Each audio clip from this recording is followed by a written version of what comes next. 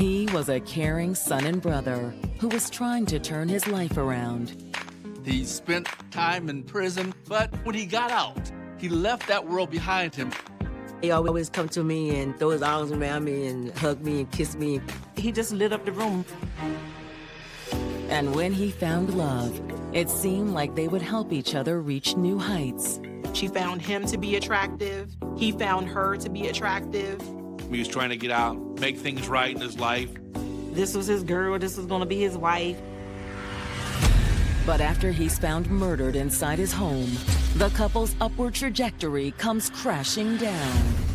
He had been shot multiple times. Was it a robbery gone wrong? The house had been ransacked.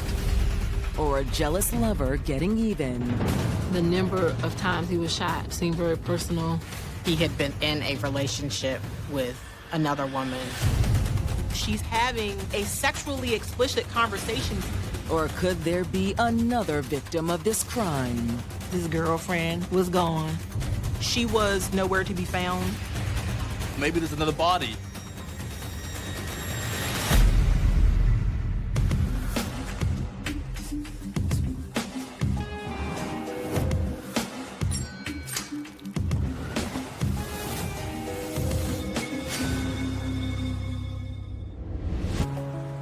September 19th, 2017. It's a Tuesday afternoon in Richmond, Virginia, the state capital and a southern metropolis that's home to more than 1 million people. Richmond is a great food city. We have VCU, so it's somewhat of a college town, but in a more urban setting. There's a big music scene, a big art scene with tons of murals and public art, lots of parks and green spaces. It's a beautiful city. Around 2 p.m., Kenny Matthews has just arrived at the home of his brother, Montez. Kenny lived about an hour away with the rest of Montez's family, but they talked on the phone every day. So Kenny got really worried when Montez didn't answer his calls for 2 days. Montez! What's going on? Why haven't we heard from him? He knocked several times, even yelled out for Montez to answer the door. Montez, are you in there? The doors were locked. The blinds were drawn. Kenny doesn't let that stop him. Montez's brother goes around to the back of the house and kicks in the door. Tess, it's... That's where he found Montez incapacitated. Montez's body was laying face down in a pool of blood. His brother was completely shocked and taken aback and called 911. I think my little brother is dead. As a native of rural Virginia, Montez Matthews had plenty of Southern charm to go around. We grew up in New Kent County. It was very small. Everyone knew each other on the road or within the community. Montez never met a stranger. Everyone he met was family to him. Everybody loved to see Montez come around because he always liked to laugh, always liked to cut up, always liked to dance. His personality, he was love, but more than anything, he loved to give love. Montez always had dreams of leaving his small-town life in New Kent County for a bigger city. With a personality as big as his, Montez longed for new friends and new experiences that he couldn't find in the country. In his 20s, Montez made the move to Richmond. But while he was looking for opportunity, what he found was trouble. Crime is very prevalent in Richmond. Montez ended up falling in with the wrong crowd, and he got involved in drug dealing. Montez's criminal behavior landed him a 4-year stint in prison on drug charges. But even behind bars, he maintained his close ties to family. My phone would ring every day when he was locked up. Every Sunday, we have Sunday dinner. He would call. He always wanted me to pray with him, ask me for a scripture to read. After Montez was released from prison, he was welcomed home with open arms. I just couldn't wait for him to walk through the door. And we just locked arms. Everybody was so excited that he was home. Montez told everyone that he was going to make a fresh start. He wanted to do right this time. He did not want to go back to the penitentiary. He came home, he just wanted to just go straight. He had decided, when I get out, I'm going to do something with my life. Montez wasted no time laying the foundations for his future. He had got this job working construction.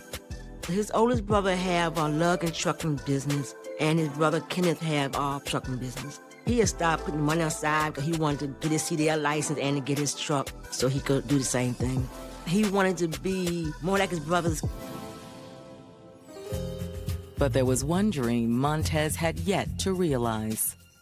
He had always wanted to be a father, to start his own family with a woman that he loved. And in early 2017, that dream seemed within reach when Montez crossed paths with 37-year-old Shatima Smith. They were both meeting with their parole officers. Shatima was talking to her parole officer, and Montez was talking to his parole officer. Montez sat down to fill out some paperwork, and she had some sort of beverage with her. Hey, can I have a sip? What? No. Why not? Because I don't know you? I'm thirsty. Yeah, you are. Eventually, Shatima began falling for Montez's outgoing charm. She said that to her, it was sort of brazen, and she found that attractive. Shatima had also recently done time for a drug offense, but like Montez, she wanted to put that life behind her. That was in her past. The two of them now were focusing on who they were at this moment in time. Before long, things started to get serious. They hit it off, and they actually fell in love. They had only known each other for 5 months, and they had already moved in together and were living together. So they had moved very quickly.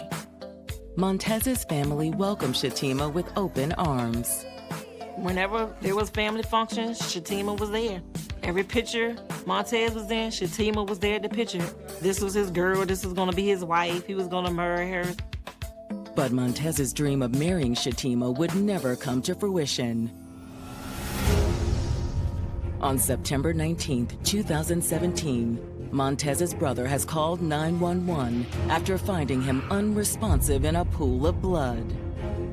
All those plans, those hopes, those aspirations immediately evaporated when they found Montez's body. When investigators arrive, they immediately spot clues that may explain what happened. Montez had been shot multiple times. But something more than a murder had taken place. Closets emptied, jewelry gone, sneakers gone. This was a burglary.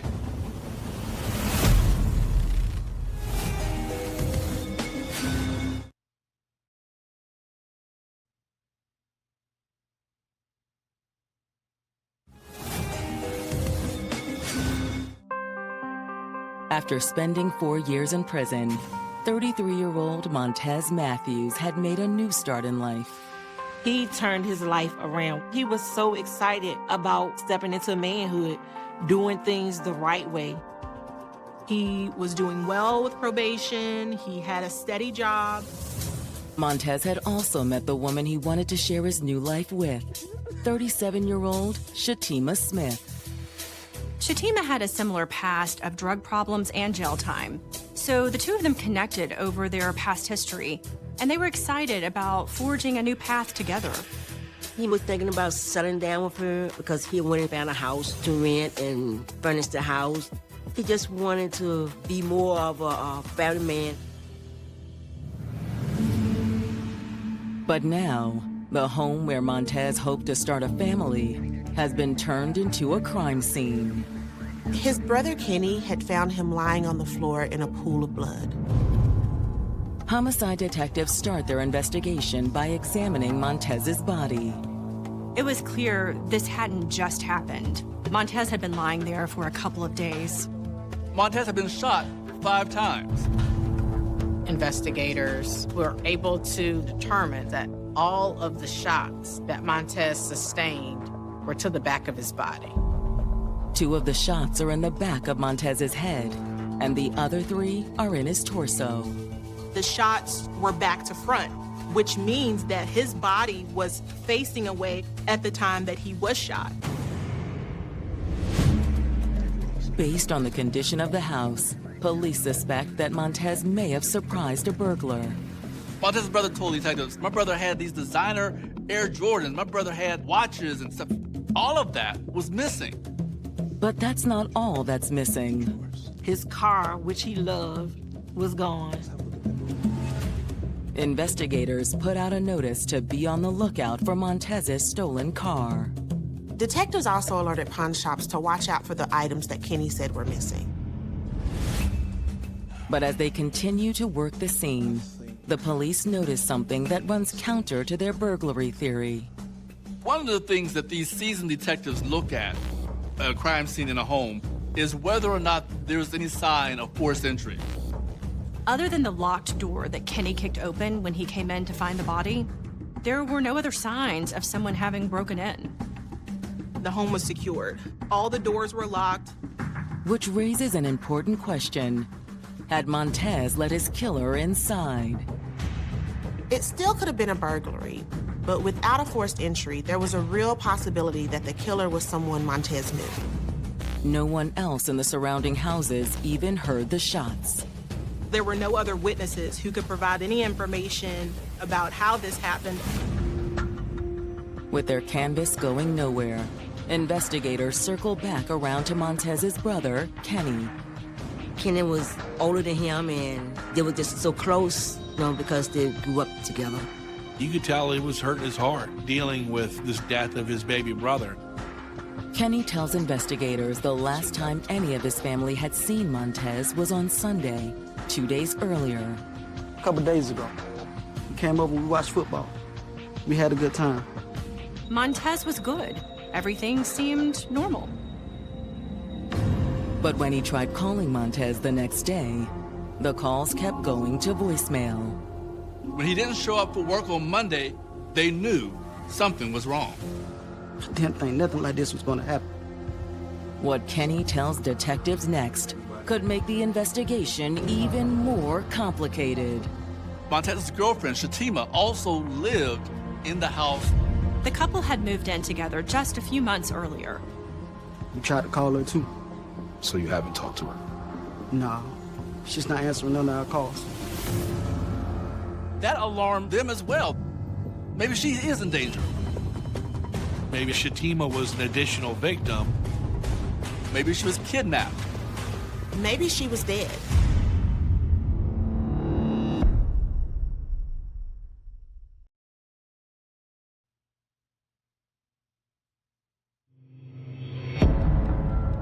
"33-year-old construction worker Montez Matthews has been found shot to death at his home in Richmond, Virginia. Now investigators have learned that his girlfriend, Shatima Smith, is also missing. She's not answering none of our calls. Detectives are wondering, does this mean that Shatima is a second victim? The police believed that Montez had been dead for 2 days, and no one had heard from Shatima during that time. Montez's brother has already noted that many of his personal items are gone, including his luxury car. With Montez's car missing, investigators wondered if the killer had kidnapped Shatima and fled in the car. Thank you so much for your time, and again, we're sorry for your loss. Hoping to track Shatima down, detectives head back to the station and contact her cell phone provider to request her call and location data. While they were waiting for the phone company to respond, the detectives made arrangements to interview friends of Montez and Shatima. The next morning, one of those friends provides some surprising information. They found out that Montez was seeing another woman while still living with Shatima. And you're 100% sure about this? Oh yeah, Montez was definitely having an affair. Montez was in a relationship with another woman by the name of Brittany. That woman lived in the Williamsburg area, closer to his family. Montez's friend had actually introduced Brittany Taylor and Montez months earlier. Man, he told me, and he knew it was wrong to step out, but he had a real love for Brittany. And he told me he didn't know what to do. After talking to Montez's friend, the investigators know what they need to do. Having learned that he had this relationship with this other woman, they wanted to talk to her. Maybe Montez was trying to break up with her. And could this other woman have then gone into a rage and killed Montez, and as a result also may have harmed Shatima?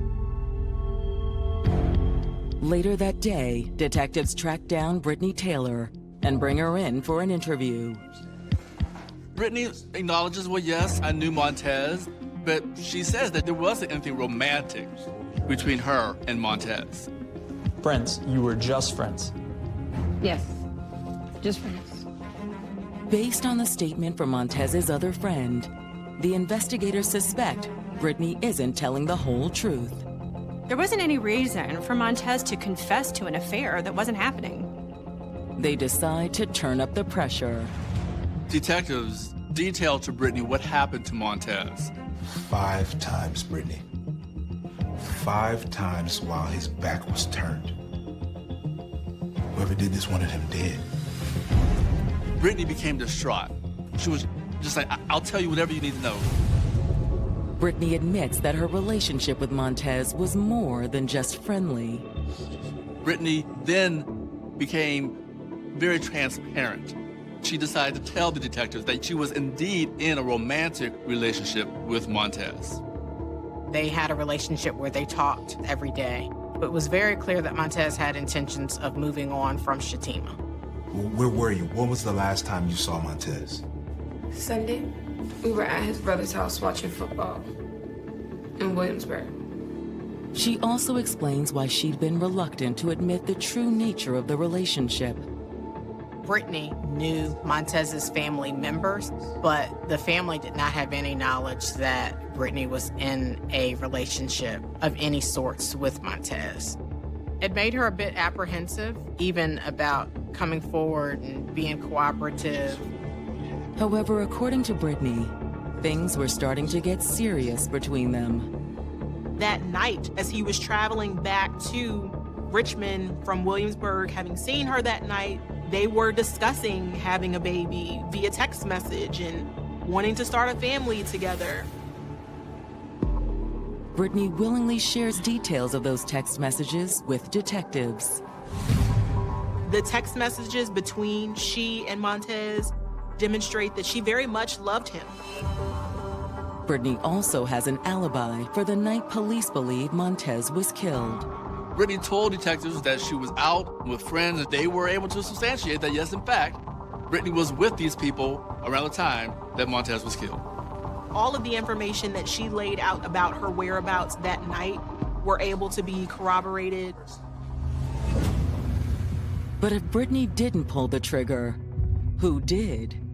Once detectives were able to substantiate that Brittany could not have been Montez's killer, they began re-examining the case and began looking at Shatima a little differently. Police begin to consider a troubling possibility. Whereas before they saw Shatima as possibly another victim, now they're starting to think of Shatima more as having been involved in what happened. If she found out about Montez's affair, that could give her a motive. When Shatima's cell provider comes through with her phone records, they finally get a lead on her location. All of the cell phone data showed all of Shatima's tracks. She was not within the city of Richmond. Instead, after the night of the murder, she had headed south towards North Carolina. For detectives, this meant one of two things. One, Shatima was a victim in all of this and is now kidnapped by someone who killed Montez. The other possibility is even more disturbing. Shatima might have been involved in Montez's murder. She may have been the one who killed him. Possibly she's on the run.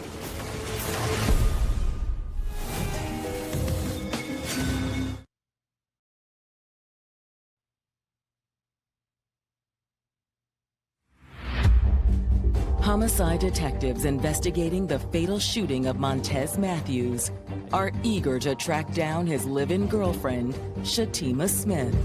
She'd been missing since Montez was killed, and she could have been kidnapped and taken away in Montez's missing car. But there's another more troubling possibility. She might have been involved in Montez's murder and is on the run. Investigators have managed to track Shatima's cell phone to Raleigh, North Carolina, nearly 150 miles from Richmond. But data from Shatima's cell provider can only track the general location of her phone. Investigators contacted the Raleigh Police Department and provided them with a photograph of Shatima and a description of Montez's car, hoping that they might be able to spot her. Forced to play a waiting game, detectives used this opportunity to circle back around to Montez's family and try to learn more about his relationship with Shatima. The family was having a hard time dealing with the sudden tragic death of Montez. Montez is a happy type person. He wasn't a person that should have left the way he did. That right there was devastating. And I've been devastated ever since. It's just something that you never get over, especially if it's unexpected and it's brutal. Montez's family tells investigators that from the beginning, they've had some reservations about Shatima. My first impression of Shatima was she was kind of standoffish. When they were around, I never really saw arguments or anything like that, but I could tell something was off. Montez's loved ones believe the couple's relationship was falling apart. Some of the things that she was doing, he really wanted her to stop doing. Shatima had started using again. Montez was trying to leave the drugs in the past. Shatima was still in that life, and that was one of the major bones of contention in their relationship. Montez's family also tells detectives that Shatima was extremely possessive. He would speak of her being so jealous. I do recall meeting her at a party. So then I went to give him a hug, and she stood up and was like, hold on. I said, wait a minute, this is my cousin. They had like a little falling out or something. He was like, she crazy, cuz, she crazy. But you didn't know whether to take him serious or not, you know, because everything was followed by a laugh or a smile. What's more, the family also expresses concern that Shatima had used Montez's desire to become a father against him. He wanted to have his own child. He would make that very vocal. Shatima knew that was something that he wanted. Shatima had told Montez she was pregnant with his child. Like, cuz, I'm getting ready to have a baby. She pregnant. So he was excited. But the family became skeptical. I remember later on that night, I'm looking in the corner and she's drinking. And she's like throwing down the drinks. And I'm like, well, why are you drinking if you're pregnant? Are you trying to trap him to keep him in a relationship by lying and saying you're pregnant? And if you're pregnant, why would you harm your unborn fetus by drinking? Montez's family says that unfortunately, they weren't surprised when he delivered sad news a few weeks later. He called upset because she supposedly had a miscarriage. By that point, the jealousy and fighting had become too much. Montez had spoken to his family about, man, I gotta get out of this trap. This woman is just, she won't even let me breathe. I said to him, if you're not happy, don't stay in a relationship. I just basically told him, don't stay anywhere where you're not happy. Don't stay anywhere where you have to argue and fuss and fight. Your peace is worth more than that. It seemed like Montez was planning to heed his family's warning. He had told me that Friday night that he was gonna move back here with me. He had his clothes in the car. But did that warning end up coming too late? Well, thank you all for having us here, and we'll keep you guys updated, okay? If Montez was ending the relationship and Shatima didn't want to, that would definitely establish a possible motive for murder. Investigators still lack any hard evidence connecting Shatima to the crime, until an unexpected witness comes forward. Her name is Lisa Jackson, and she claims to be an acquaintance of Shatima's. She was pretty wary about coming in and speaking with police, but she said she had some information that she just couldn't hold in any longer. I was with Shatima on Sunday night. Lisa admitted to detectives that they were at a local motel getting high. That was a problem for Shatima when it was time for her to go home. Montez was gonna come and pick her up from the hotel. She did not want Montez to see her high because he told her she was a junkie. Lisa says that Montez picked Shatima up around 3:30 a.m., but she was back about an hour later. When Shatima came back, she was wearing different clothes from what she had been wearing when she left the motel. Shatima has about $5,000 in cash. She's got multiple cell phones. She's got a plethora of drugs for them to just party all night. So that's what you were doing, partying and drugs all night? For a while, but then I went to sleep. When Lisa woke up, she saw Shatima sitting on the bed opposite her. Shatima is silent. Shatima has a note. They're in the room alone, the two of them. Shatima showed her the note and a gun. It says, "If you scream, I will kill you." She was so frightened. She believed that she was going to be killed.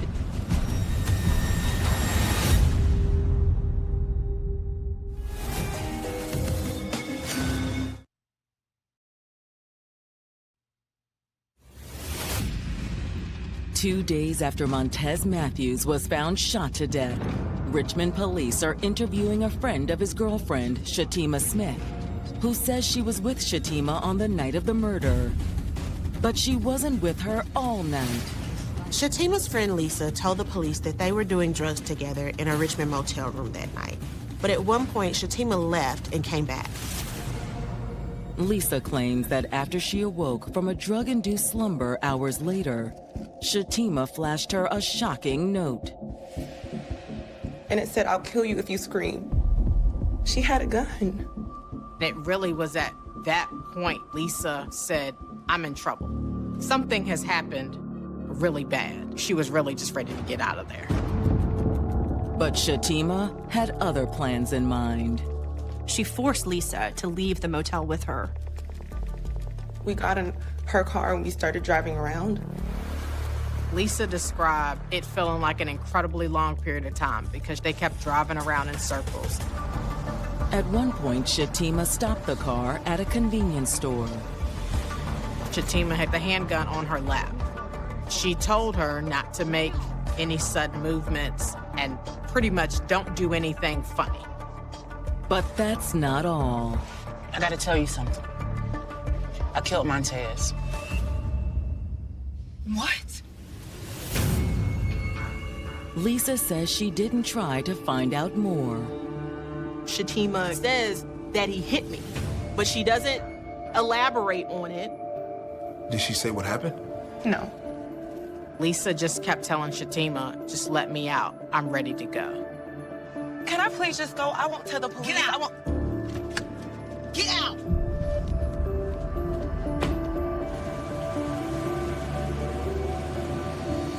Lisa claims that was the last she saw of Shatima.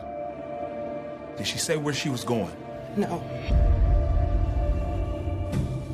After Lisa's interview, the focus of the investigation is finding Shatima. The detectives knew from the cell phone data that Shatima was still somewhere in Raleigh, North Carolina, and all they could do was hope that the Raleigh police would spot her. On September 22nd, 3 days after Montez was found dead, investigators finally catch a break when Montez's car is spotted outside a Raleigh motel. Raleigh police are able to confirm what room Shatima is in. So they stage outside of that room. Police department, open up. Are you Shatima Smith? Yeah. You step out here with us? There was absolutely no struggle. She didn't seem upset. She actually seemed like she was high at the time. She was high as a kite. She gave a dumbfounded look like, what, me? Inside the motel room, police find a treasure trove of incriminating evidence. When they get her purse, there's 3-4 phones inside her purse. One of those phones was Montez's phone. She also had Montez's wallet, his ID, his debit card. Raleigh police called the detectives in Richmond, Virginia, and said that they had located her. After being extradited back to Richmond, Shatima continues to seem shocked at the accusations against her. She says Montez was the love of her life. I love Montez. I always have. But Shatima says it wasn't always easy. According to Shatima, Montez had been physically and emotionally abusive. She spoke about how Montez was so demeaning to her, how he would hit her and how she felt afraid of him. Shatima claims Montez would often use that fear to control her. She said that she and Montez were struggling to make ends meet and that Montez had directed her to sell drugs for them to make money. That's what she claims precipitated this whole thing. So what happened when Montez got shot? I mean, we got to arguing. Shatima explains that after Montez picked her up from the motel that night, he could tell she'd been using. You're supposed to be making me money, not getting high. She claims that he begins assaulting her. She said that he had pushed her up against the wall, that he was choking her. Shatima says at that point she was so terrified she grabbed a gun for protection. But it didn't scare Montez. Shoot me now. You gonna shoot me? Just let me go. You're not gonna shoot me. Shatima said that pointing the gun at him just made him angrier. She claimed that she killed him because she had to.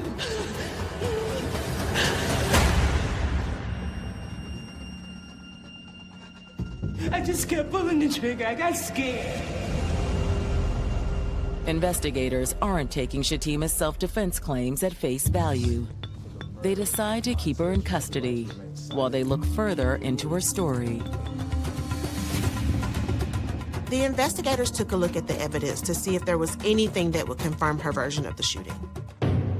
They start with the phones that Shatima had when she was arrested. We pulled the text messages from one of the phones that she had in her possession. Shatima's text messages to Montez reveal a stormy relationship, but not a woman intimidated by an abuser. In Shatima's text messages and her exchanges with Montez, there was a lot of anger, cursing. She was also texting other men, texting other women about having sexual relationships with them during the same time where she's claiming to have loved Montez so much. The text messages also reveal Shatima's continuing efforts to cover up what she'd done. There were multiple text messages where she's trying to sell the car. Apparently, she knows this is going to be something that could potentially lead to her capture, so she's trying to sell the car for $1,000. Investigators believe Shatima disposed of the murder weapon in a similar way. She could have sold that gun easy for drug money. You cross that border in Carolina, nobody paying attention to what's happening in Richmond. Hey man, here's a gun, $200. Bang, there it is. But for detectives, the most startling discovery is what Shatima has been up to from behind bars. The police discovered she had started a new relationship while she was in jail. There was a jail recording. It was sexual in nature, and it was very vulgar. She was having phone sex in jail.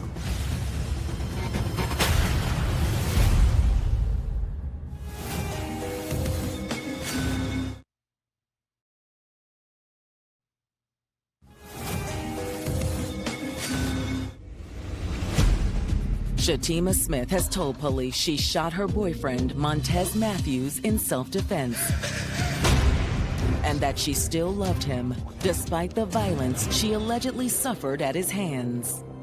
She told the police that she kept hoping the abuse would stop because she thought of him as the love of her life. But if Shatima truly loved Montez, she certainly doesn't act like it. Once she was arrested, she began some sort of relationship with a man that she met at the Richmond City Jail. After the man was released, Shatima started communicating with him through video phone calls. I miss you. Like all jailhouse phone calls, the calls were recorded. She's having a sexually explicit conversation with him at the jail. She was talking about sexual encounters of what she wanted to do to him. She got up and she was shaking her butt on the video camera in the jail. To investigators, this isn't the behavior of a traumatized woman grieving over her boyfriend's tragic death. If you loved Montez as much as you claim to have loved him and wanted him to be the father of your children, I would anticipate that you would be sort of, sad. The physical evidence also doesn't line up with Shatima's account of the shooting. She claimed that she shot Montez in self-defense while he was brutally attacking her, repeatedly hitting and choking her. Based on the way that she described it, you would anticipate that there would be defensive wounds, but she was perfectly fine. No bruising on her neck, no scratches on her neck, no other signs of injury to her face at all.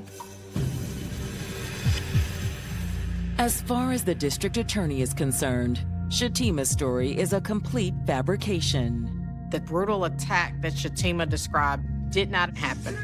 I just couldn't believe half the stuff she said. Are you trying to say that he beat you, girl? Unbelievable. We charged Shatima with first-degree murder. When her trial begins in October of 2018, the families of both Shatima and Montez are in the courtroom. Emotions, as you can imagine, were running high on both sides. Shatima's family backed her up 110%. They wanted to do whatever they could do to help her. Some of her family really wanted to be fighting. They wanted to fight out in the hallway, and they had to have security out there to keep us separated. A couple us on one side and them on one side. Prosecutors argue that the murder of Montez Matthews was the last act in a troubled relationship. They were arguing about Shatima's drug use, about money, about everything. And on the night of the murder, there was something else that upset Shatima. What's your problem? She found out that Montez was seeing another woman, Brittany Taylor, and they got into an argument about it. You've been stepping out on me. What are you talking about? You high right now. That's what's going on. She was accusing him of having another lady when she was doing it too, probably 10 times worse than he was doing it. What's going on? At some point during the argument, Shatima got out a gun. Are you gonna shoot me? You're not gonna shoot me. But as he turned his back, she did. 5 times. Montez was trying to walk away when Shatima shot him. He was not a threat to her. This was not a struggle. And once he was dead, Shatima stole everything she could find. She robbed the man she claimed to love of his money, his car, and his clothes, and used that money to buy drugs and then to fund her getaway. Prosecutors also point to Lisa's statement of Shatima's bizarre behavior the night of Montez's death. I gotta tell you something. I killed Montez. What?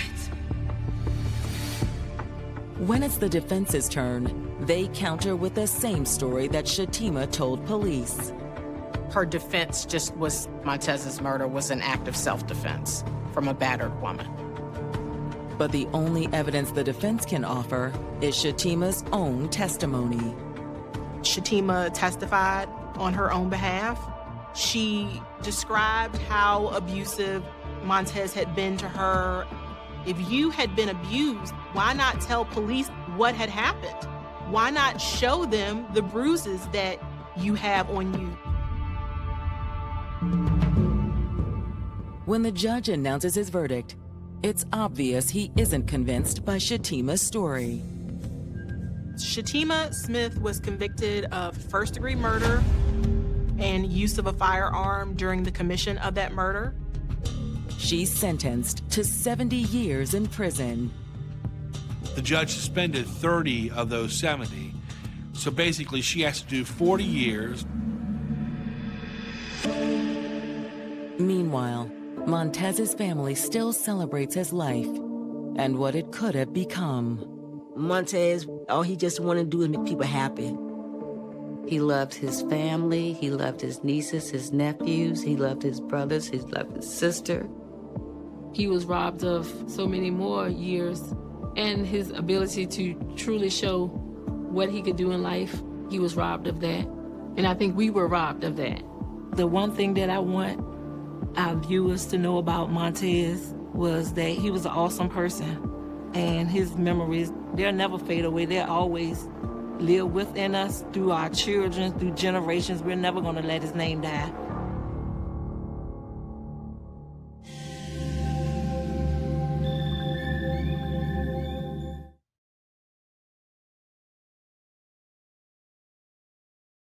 Provided a portrait of a man who was funny, outgoing, and possessed a big personality. He was a joyful father who loved to smile and tell jokes. His children remembered him as an active presence in their lives, someone who would run down the sideline of a football field cheering as his son scored his first touchdown. He was a man deeply connected to his family, which made his violent end all the more tragic.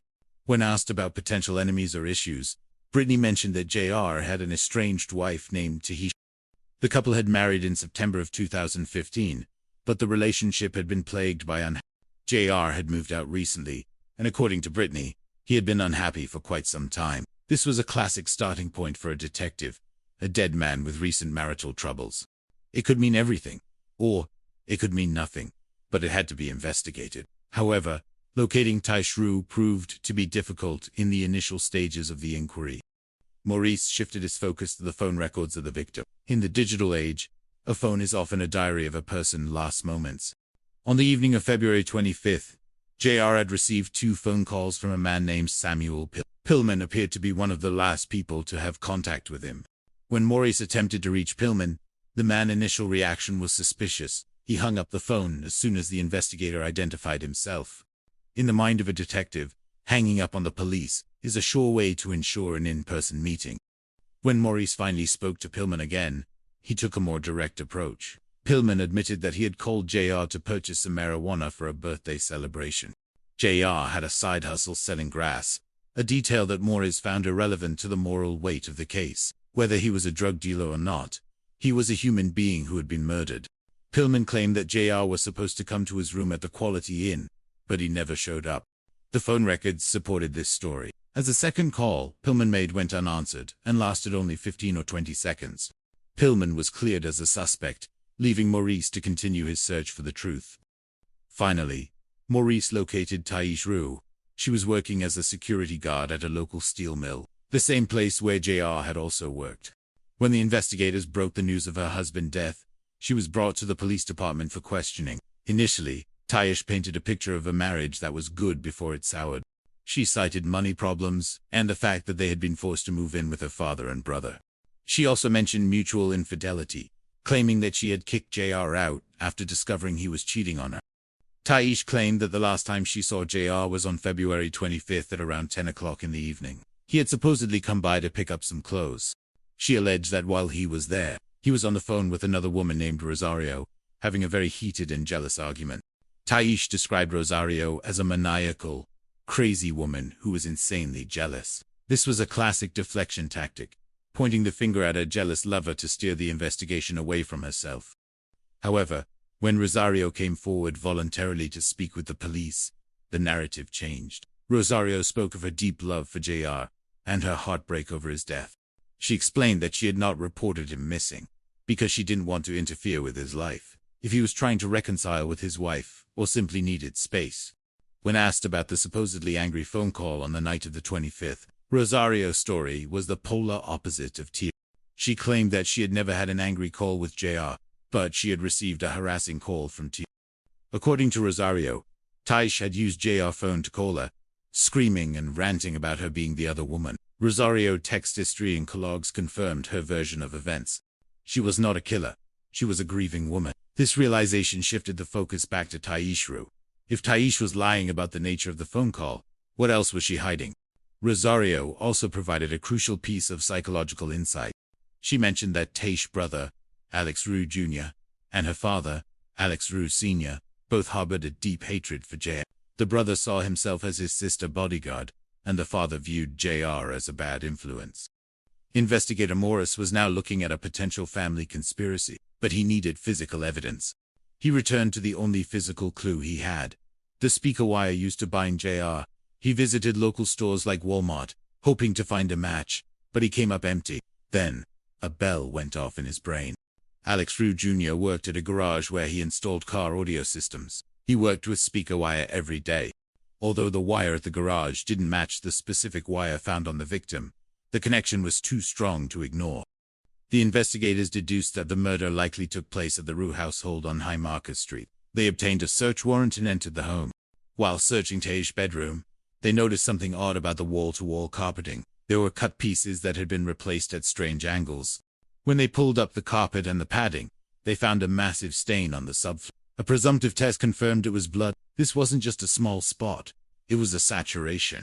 Further analysis revealed high-velocity blood spatter on the walls, a sign of blunt force trauma. Something horrific had happened in that room. DNA testing confirmed that the blood belonged to Leon Harrison Jr. JR had met his end in his wife's bedroom. When confronted with this evidence, Taish claimed it was merely a nosebleed. Maurice was not buying it. You could have a fire hose up your nose and not produce that much blood, he told her. Despite the mounting evidence, Taish maintained her innocence, claiming she would never hurt her husband. When she requested a lawyer, she was allowed to leave, as the investigators still needed more to secure an arrest. The breakthrough came when a man named Andrew Johnson came forward. He told police that Alex Rue Jr. had asked him for a ride to Myrtle Beach shortly after JR went missing. During that ride, Alex Donia had allegedly bragged about the crime, laughing about the business they had taken care of. GPS records from Alex's cell phone confirmed the trip. Furthermore, the GPS data revealed a visit to a local Walmart at 2 o'clock in the morning on February 26, the night of the murder. Surveillance footage from the store showed Alex Rue Jr. and his father, Alex Rue Sr., purchasing hydrogen peroxide. While anyone can buy cleaning supplies, doing so at 2 in the morning to clean up a blood-soaked bedroom is a different matter entirely. This was the final piece of the puzzle. The Rue family had conspired to kill JR and clean up the evidence together. The investigation revealed a cold and calculated trap. Taish had lured JR to the house with the promise of a candlelight dinner in the bathtub, a reconciliation that JR likely hoped for.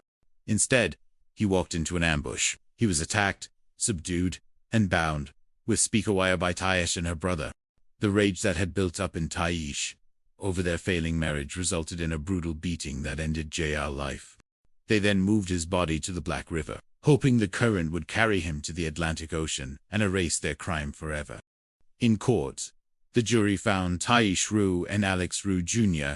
guilty of murder. They were both sentenced to 37 years in prison. Alex Rue Sr. was convicted of obstruction of justice for his role in the cleanup and sentenced to 8 years. For the family of JR, the verdict brought tears of relief and a sense of justice. JR children still celebrate his birthday, releasing balloons at the river where he was found, keeping his memory alive, even as they grow up without him. Homicide investigation is the ultimate test of an investigator's skill. It is a pursuit that seeks to provide consequences for the most inhuman of behaviors. Good police work may not prevent every tragedy, but it ensures that those responsible are held accountable. For Alan Morris, his first homicide case would always be etched in his mind as the moment he transitioned from a general investigator to a true detective, a man who spoke for the dead and brought the truth into the light. It was a Saturday morning, March 11, 2017, in the quiet town of Georgetown, South Carolina. The air held the crispness of early spring, and for one local resident, it was a day dedicated to the peaceful hobby of fishing on the Black River. The river, usually a source of tranquility and life, was about to reveal a dark secret hidden beneath its murky surface. As the fisherman plying his craft, he noticed something caught in the gentle current. It did not look right. It was an anomaly against the natural flow of the water. He moved closer, his heart beginning to race, and then he saw it. The sight was enough to alarm any soul to its core. A body was floating in the Black River. In the world of law enforcement, there is a rare breed of individuals who answer a calling that many would shy away from. It takes a unique constitution to solve the unsolvable, to pursue a ruthless killer through a maze of lies, and to find justice for those who can no longer speak for themselves. This is the weight carried by an American detective. Investigator Alan Morris was the man who received the call that day. In Georgetown, they call them investigators rather than detectives, a title that reflects their role as generalists. Morris worked everything from fraud and burglaries to bank robberies. He was used to the ebb and flow of a normal day, but as any seasoned officer knows, a normal day can turn into a frantic race against time in the blink of an eye.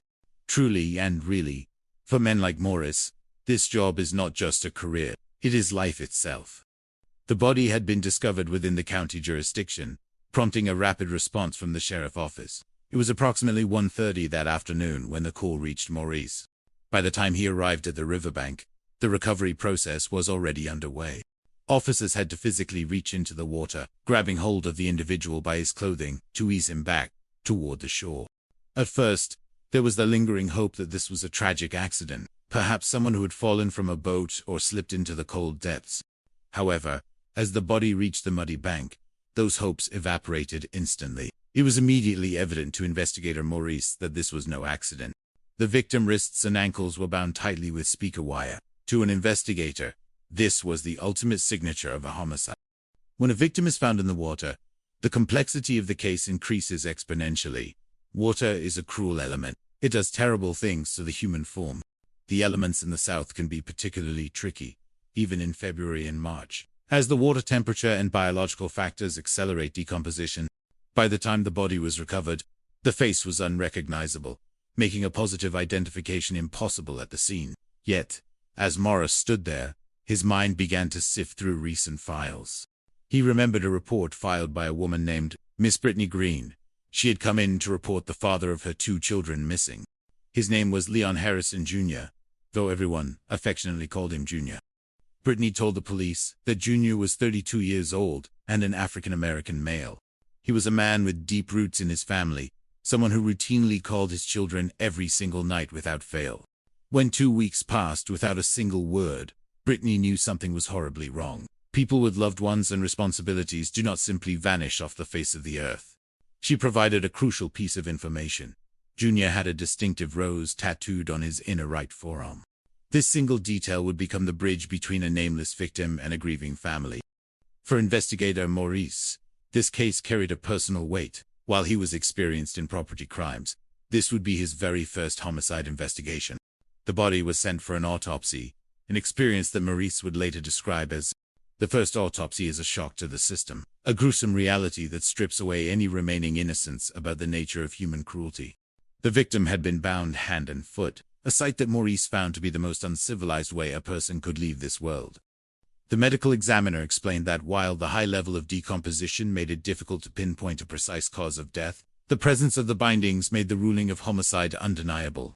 There were lacerations on the belly, but they were not deep enough to have caused him to bleed to death, nor had they caused fatal internal damage. The presence of animals in the river, including alligators, made it difficult to interpret every mark on the remains. The medical examiner suggested that blunt force trauma from a beating might have been the cause, but without more evidence, it remained an educated opinion. In the water, trace evidence like DNA or fingerprints rarely survives. The findings were relatively sparse, with one massive exception: the rose tattoo on the right arm. The missing person case was officially reached. There is an old saying in the world of homicide investigation: you go from being a new guy to an old guy in about 30 minutes. The pressure was immense. Maurice began by diving into the life of Leon Harrison Jr. He spoke again with Brittany Green, who painted a picture of a man who was funny, outgoing, and possessed a big personality. He was a father who loved to smile, tell jokes, and was deeply active in the lives of his children. His son remembered him as joyful, recalling a moment when he ran his first touchdown and his father was right there on the sidelines, running and cheering until they met in the end zone. As Maurice probed deeper into Junior life, seeking potential enemies or conflicts, Brittany mentioned one significant detail. Junior had an estranged wife named Tayesh. They had been married for some time, perhaps since September of 2015, but the relationship had soured recently. Junior had moved out, telling Brittany that he was unhappy. Here was the first thread: a dead man with recent marital troubles. It was a lead that could mean everything or nothing. But in a murder investigation, every thread must be pulled. Locating Taishra proved to be a challenge at first. While waiting to find her, Maurice turned his attention to the victim phone records. Technology often leaves a trail where the human memory fails. On the evening of February 25th, the record showed 2 phone calls from a man named Samuel Pillman. Maurice suspected Pillman might be the last person to have seen Junior alive. When Maurice finally reached Pillman on his cell phone, the man hung up the moment he heard the word investigator. In the eyes of law enforcement, hanging up on a detective is a sure way to move yourself to the top of the suspect list. However, when Maurice called back and explained the gravity of the situation, Pillman changed his tune. He admitted that he had reached out to Junior to purchase some marijuana for a birthday celebration. Junior had a side hustle selling grass, a fact that Maurice noted but did not allow to cloud his judgment. To Maurice, it did not matter if the victim sold drugs. He was a human being who had been murdered, and he deserved justice. Pillman's story was that Junior agreed to come to his room at the Quali Inn but never showed up. A second call went unanswered. Maurice checked the timing of these calls against the phone records. They lasted only 15 to 20 seconds, exactly as Pillman described. Samuel Pillman was dropped as a suspect. The investigation moved forward, and Maurice finally located Taishra. She was working as a security guard at a local steel mill, the same place where Junior had also worked. When the investigators broke the news of her husband's death, she was brought to the police department for questioning. Initially, Taish painted a picture of a decent marriage that had eventually struggled due to financial issues. They had even been forced to move in with her father and brother. She admitted to mutual infidelity, claiming she kicked Junior out after discovering his cheating, though they had remained in an on-and-off relationship for months. Taish claimed she last saw Junior on February 25th around 10 o'clock in the evening, when he came by to pick up clothes. She described a scene where Junior was distracted by his phone, arguing heatedly with another woman whom she identified as Rosario. Taish painted Rosario as a maniacal, jealous woman who was obsessed with Junior. In the mind of an investigator, an out-of-control, jealous lover is a classic profile for a killer. Maurice turned his focus to Rosario. Just as he was beginning his search, a woman named Rosario walked into the police department on her own accord. She was heartbroken and desperate for answers. She told a completely different story. According to Rosario, she loved Junior and had avoided reporting him missing because she did not want to interfere with his complicated domestic situation. She viewed Taish as the true source of conflict, claiming Taish had cheated multiple times and was the one prone to rage. The turning point came when Rosario described a phone call from the night of February 12th. She claimed that while Junior was at Taish's house, he had called her, but it was Taish who was on the other end, screaming and hurling threats. Rosario handed over her phone, and the text and call history confirmed her account perfectly. Rosario was not the killer. She was a witness to the jealousy of a wife. Now the focus shifted entirely back to Taishra and her family. Rosario had mentioned that Junior did not get along with Taish's brother, Alex Rad Jr., or her father, Alex Raz Sr. They allegedly viewed Junior as a bad influence, and Alex Jr. acted as his sister's self-appointed bodyguard. Maurice found himself in a web of family loyalty and lies. He knew he needed physical evidence to break the case. He went back to the only tangible clue they had: the speaker wire. Maurice visited various stores, including Walmart, looking for a match for the wire used to bind Junior, but he found nothing. Then, a thought occurred to him. Alex Rad Jr. worked at a garage. Maurice visited the manager, who confirmed that Alex Jr. installed car radios, a job that required the frequent use of speaker wire. While the wire currently at the garage did not match perfectly, the connection was too close to ignore. However, the police still had no crime scene. The body was found in the river. But where was the murder committed? The most likely location was the Ra household on High Market Street. Armed with circumstantial evidence, Maurice secured a search warrant. When the investigators entered Taish's bedroom, they noticed something odd. Pieces of the wall-to-wall carpeting had been cut out and replaced at strange angles. When they pulled up the carpet and the padding, they found exactly what they were looking for: a massive, dark stain on the subfloor. A presumptive test confirmed it was blood. The scene was harrowing. It was not just a small amount of blood. The subfloor was saturated. There was high-velocity spatter on the walls, the kind that results from a brutal beating. Leon Harrison Jr. had met his end in that very room. Despite the evidence, Taish remained defiant during her second interrogation. She claimed the blood was from a nosebleed, The claim Morris met with well-deserved skepticism. He told her that she would have needed a fire hose up her nose to produce that much blood. Taish insisted she would never hurt her husband, but Maurice knew that a single woman could not have bound, beaten, and disposed of a man of junior size alone. This was a family affair. The investigation was at a standstill for a brief moment, until a witness named Andrew Johnson came forward. He told the police that Alex Rudd Jr. had asked for a ride to Myrtle Beach to help a friend move furniture. Through GPS tracking of Alex's cell phone, Morris confirmed the trip took place. More importantly, the GPS records showed that at 2 o'clock in the morning on February 20, the night of the murder, Alex Rudd Jr. and his father, Alex Rudd Sr., had gone to Walmart. The investigators pulled the surveillance footage and watched as the father and son purchased hydrogen peroxide, a well-known cleaning agent for removing blood.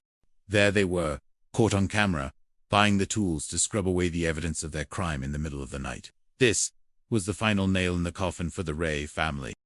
Everyone was taken into custody. Taish, Alex Jr., and Alex Sr. The theory of the crime became clear.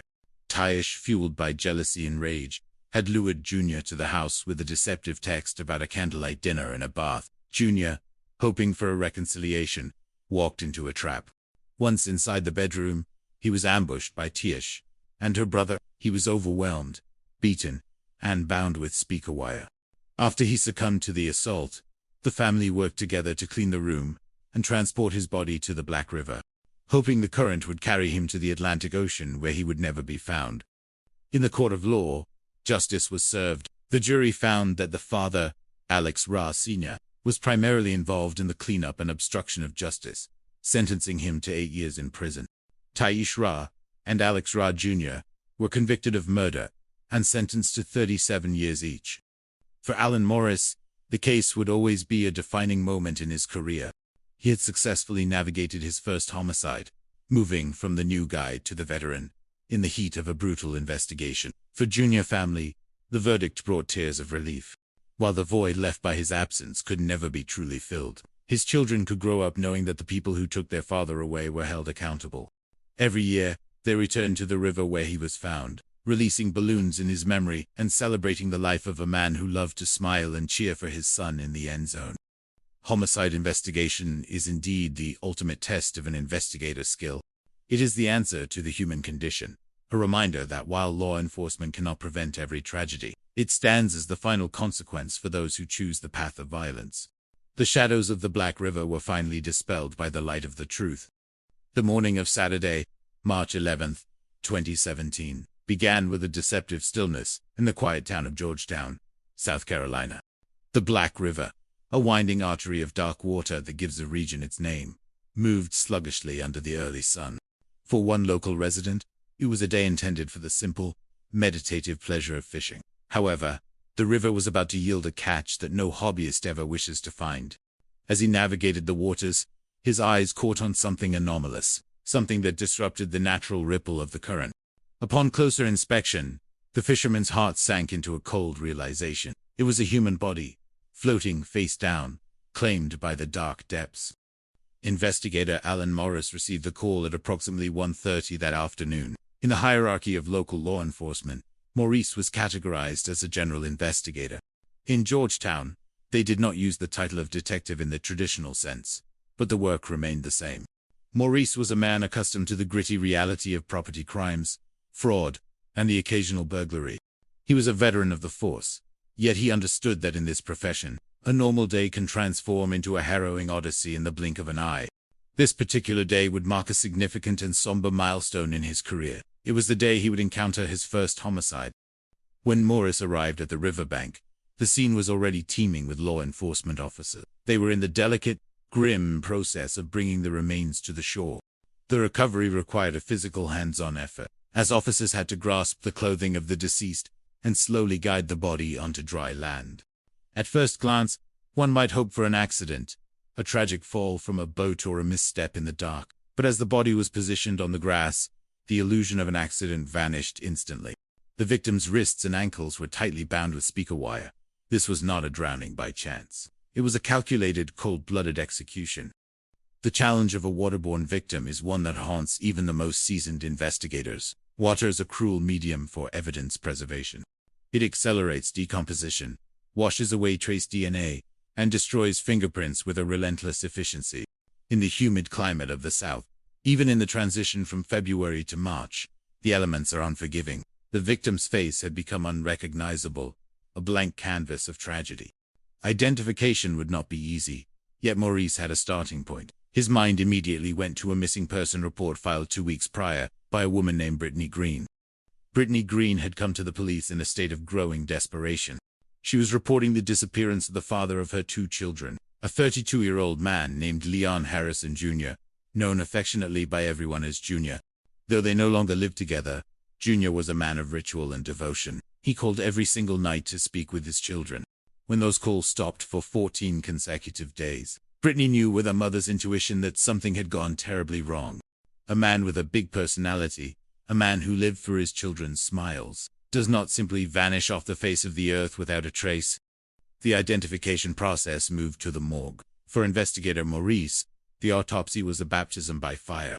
The first autopsy a detective witnesses is a visceral shock to the system, a moment where the clinical meets the macabre. The body of Leon Harrison Jr. told a story of profound inhumanity.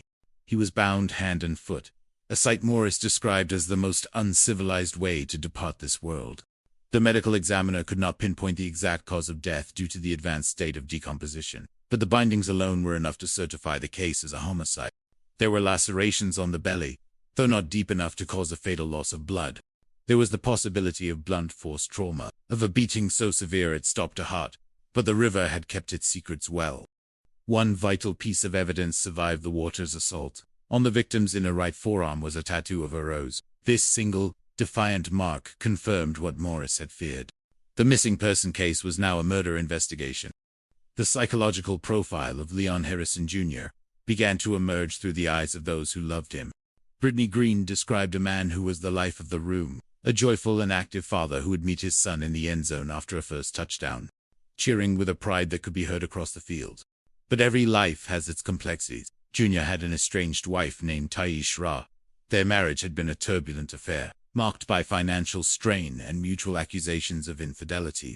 They had recently separated, with Junior moving out to escape the friction. In the world of criminal psychology, the breakdown of a marriage is often the first place we look for the seeds of violence.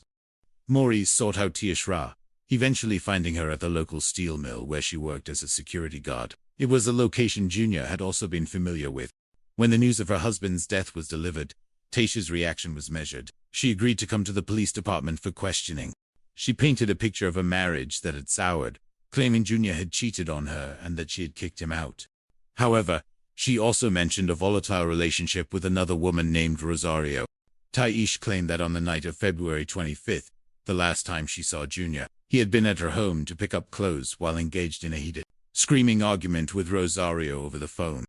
In the art of the interview, a detective must discern between a genuine lead and a convenient scapegoat. Rosario was brought in, and she told a vastly different story. She was a woman in mourning, heartbroken by the loss of a man she loved. She handed over her phone, inviting the investigators to look through her life. The records did not show a maniacal, jealous killer. Instead, they revealed a woman who had been harassed by It was Taish who had been making the angry calls. Taish who had been screaming threats. The narrative Taish had constructed began to crumble. Rosario was not the source of the rage. The rage was centralized within the Ra family. The investigation then turned to the only physical link they had, the speaker wire. This was a stroke of brilliant, persistent police work by Maurice. He scoured local stores, searching for a match for the specific gauge and type of wire used to bind Junior. When retail leads failed, a new piece of intelligence arrived. Taisha's brother, Alex Ra Jr., worked at an automotive garage where he specialized in installing car stereo. He was a man who worked with speaker wire every single day. A bell of suspicion rang loudly in Morris's mind. While the wire at the garage was not an identical match, the circumstantial pressure was mounting.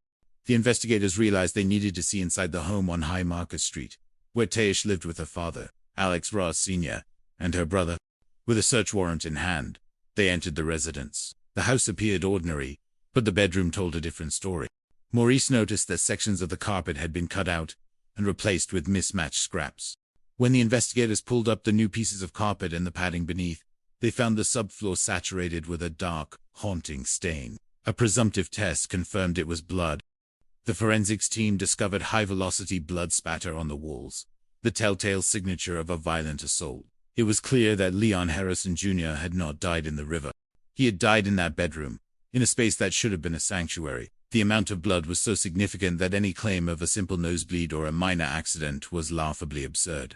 Taishra, when confronted with the images of the blood-soaked floor, maintained a chillingly calm denial. She claimed she loved her husband and would never hurt him. But the evidence spoke a louder truth. A woman of her stature could not have overpowered, bound, and transported a man of Junior's size alone. This was a family enterprise. The final piece of the puzzle came from a witness named Andrew Johnson and the digital footprint of the RA family. Phone records and GPS data placed Alex Rowe Jr. at a Walmart at 2 o'clock in the morning on February 26, just hours after Junior was last seen alive.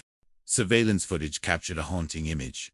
Alex Rowe Jr. and his father, Alex Rowe Sr., purchasing large quantities of hydrogen peroxide. In the world of forensic cleanup, hydrogen peroxide is a well-known agent for attempting to erase the ironclad evidence of blood. At 2 in the morning, an innocent man buys milk or medicine. A guilty man buys the tools to scrub away a murder. The psychological trap was finally understood. Taish had lured Junior to the house with the promise of a candlelight dinner and a reconciliation in the bathtub. It was a betrayal of the highest order, using his desire for family and love as the bait. When he stepped into that room, he was met not with affection, but with the combined fury of the Rowe family. He was beaten, subdued, and bound while still alive, then eventually discarded in the Black River like unwanted refuse. In the court of law, justice was served. The juries saw through the lies. Tahish Ra and Alex Ra Jr. were convicted of murder and sentenced to 37 years in prison. The father, Alex Rowe Sr., was sentenced to 8 years for his role in the cover-up. For investigator Alan Morris, this first homicide case would remain etched in his memory forever. It was a testament to the fact that while crime reveals the worst of the human condition, the pursuit of truth reveals the best. The case of Leon Harrison Jr. serves as a somber reminder that justice is not merely a concept, but a consequence for behavior. It is the final word for those who can no longer speak for themselves, a release of balloons over a dark river, and a promise to the children left behind that their father's life truly mattered. The light of truth eventually penetrates even the darkest waters. It was a humid Saturday morning on March 11th in the year 2017 within the quiet confines of Georgetown, South Carolina. The world seemed at peace, as a local resident engaged in the timeless hobby of fishing on the Black River. However, the tranquility of the morning was shattered when he noticed something drifting in the water, defied the natural order of the river. As he leaned in for a closer look, the gravity of the situation became clear, and he found himself gripped by an overwhelming sense of alarm. What he had discovered was a human body, floating listlessly in the dark currents of the Black River. In the world of law enforcement, some individuals spend their entire careers closing murder cases. Yet it takes a rare breed of human being to solve the unsolvable and find justice for those who can no longer speak for themselves.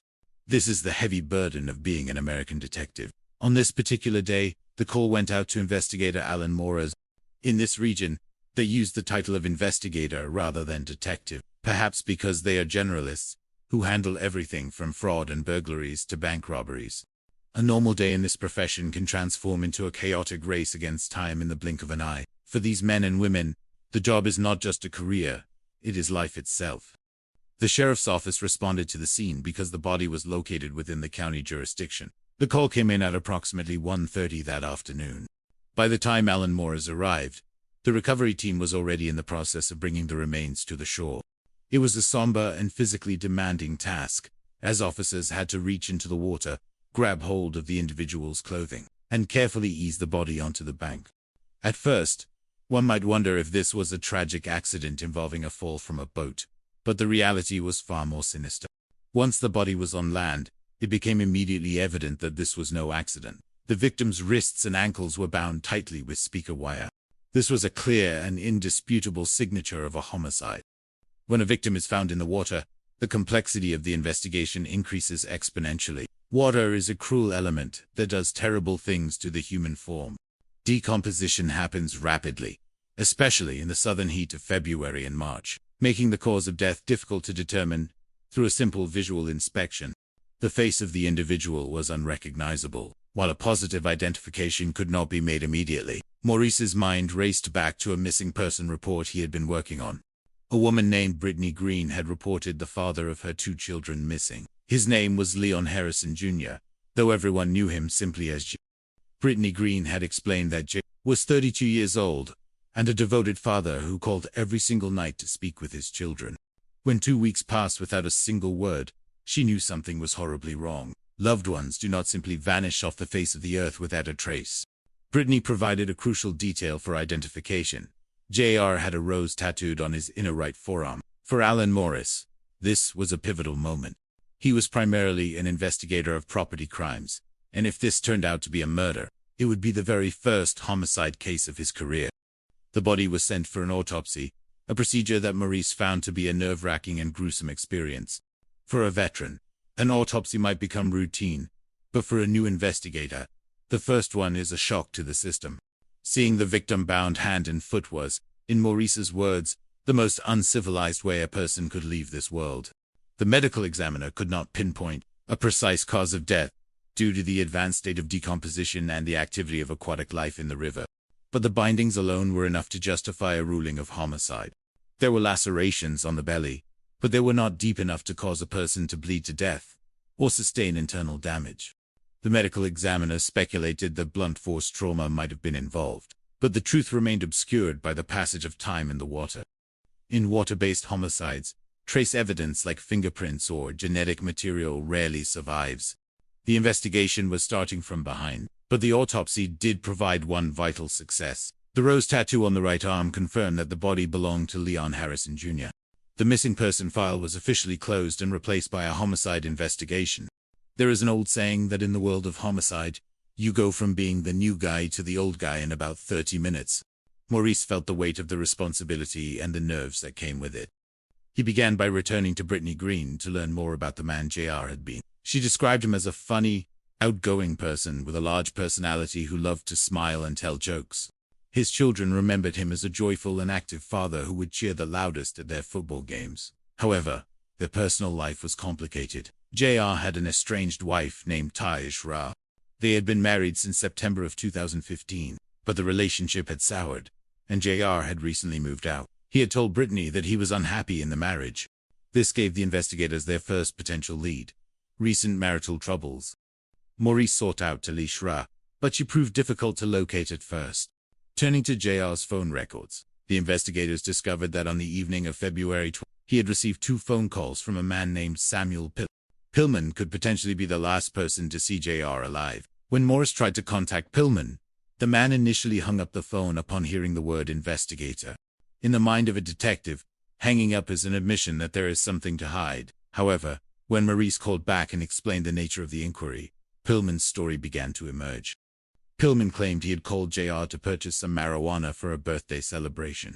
JR had a side hustle selling grass, but to Morris, the victim's lifestyle choices did not diminish the tragedy of his murder. Pillman explained that JR was supposed to come to his room at the Quality Inn, but he never arrived. The phone records supported this story, showing a second call that lasted only 15 to 20 seconds with no answer. Samuel Pillman was eventually cleared as a suspect, leaving the investigation at another standstill. Maurice finally tracked down Taish Ra at a steel mill where she worked as a security guard. JR had also worked at the same facility. When informed of her husband's death, Taisha's reaction was observed closely. She initially portrayed the marriage as stable but eventually admitted to issues of infidelity and financial stress. She and JR had been forced to move in with her father, Alex Ra Sr., and her brother, Alex Ra Jr. Taish claimed she had kicked JR out after discovering he was cheating, yet they maintained an on-again, off-again relationship. The last time she claimed to have seen him was around 10 o'clock on the evening of February 12th. She alleged that he came by to pick up clothes and was on the phone with a woman she identified as Rosario. Taish described a heated argument and painted Rosario as a jealous and maniacal woman. This was a classic investigative pivot, the estranged wife pointing the finger at the new girlfriend. Maurice now had a new person of interest to vet. Rosario voluntarily came forward to speak with the police. She presented a starkly different version of reality. She spoke of her deep love for Jay and explained that she had not reported him missing because she did not want to interfere in his complicated domestic life. Rosario claimed that Taish was the one who was unfaithful and that JR often tried to fix the marriage only to be met with further betrayal. Crucially, Rosario addressed the supposed angry phone call. She stated that she never argued with JR, but that she had received a terrifying call from Tayesh on JR's phone that night. Tayesh had been screaming, cursing, and making threats. Rosario handed over her phone to the investigators, and the text history and call logs perfectly matched her testimony. Rosario was not a killer. She was a victim of Tayesh's deception. With Rosario cleared, the focus shifted back to the Ray family. Rosario had mentioned that Tayesh's brother, Alex Jr., and her father, Alex Sr., both harbored a deep hatred for JR. The brother saw himself as Tayesh's protector, and the father viewed JR as a negative influence. Maurice was now looking at a potential conspiracy within a single household. The only physical evidence he had was the speaker wire. He visited various retailers, including Walmart, but could not find a match for the specific type of wire used to bind the victim. A breakthrough occurred when Maurice learned that Alex Ra Jr. worked at a garage where he installed car stereo. This meant he worked with speaker wire daily. Although the wire at the shop did not provide an exact match, the circumstantial pressure was mounting. Maurice obtained a search warrant for the Rue residence on High Marcus Street. During the search, investigators noticed something highly suspicious in Tayesh's bedroom. Pieces of the wall carpeting had been cut out and replaced at odd angles. When they pulled up the new sections and the padding beneath, they found a massive, saturated stain on the side. A presumptive test confirmed it was blood. The amount of blood was staggering. It was not a simple speck or a minor injury. It was a life-threatening volume of biological evidence. There was also a high-velocity blood spatter on the walls, suggesting a violent beating had taken place in that room. Lab tests confirmed the blood belonged to Leon Harrison Jr. JR had met his end in that very bedroom. Maurice brought Tayesh Ra in for questioning again. When confronted with photos of the blood-soaked subfloor, she remarkably claimed it was merely a nosebleed. Maurice countered with the cold, logical fact that no nosebleed could produce a fire hose volume of blood. Tayesh maintained her innocence, claiming she loved her husband and would never hurt him. However, the physical evidence told a different story. One person could not easily bind, kill, and transport a man of JR's size. This was a family affair. The final pieces of the puzzle fell into place when a witness named Andrew Johnson came forward. He reported that Alex Ra Jr. had asked for a ride to Myrtle Beach shortly after JR went missing. Global positioning system data from Alex Jr.'s phone confirmed the trip. Furthermore, the records showed that at 2 o'clock in the morning on February 20, the night of the murder, Alex Jr. and Alex Sr. had visited a Walmart. Surveillance footage captured the two men purchasing hydrogen peroxide, a well-known agent for cleaning blood. There are many things an innocent person might buy at 2 in the morning, but hydrogen peroxide after a massive bloodletting event in your home is not one of them. With the surveillance footage and the blood evidence, the investigators had enough to make arrests. The theory of the crime was as follows. Tayesh had lured JR to the house with the promise of a romantic reconciliation, specifically mentioning a candlelight dinner in a bathtub.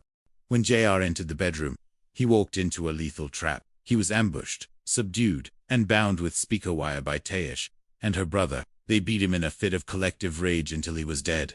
Afterward, the father, Alex Sr., assisted in the cleanup and the disposal of the body.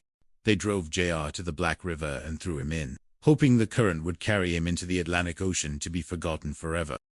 In the court of law, the jury found that the father was primarily involved in the cleanup and charged him with obstruction of justice. Tayesh Ra and Alex Ra Jr. were convicted of murder. The judge sentenced the siblings to 37 years in prison each, while the father received a sentence of 8 years.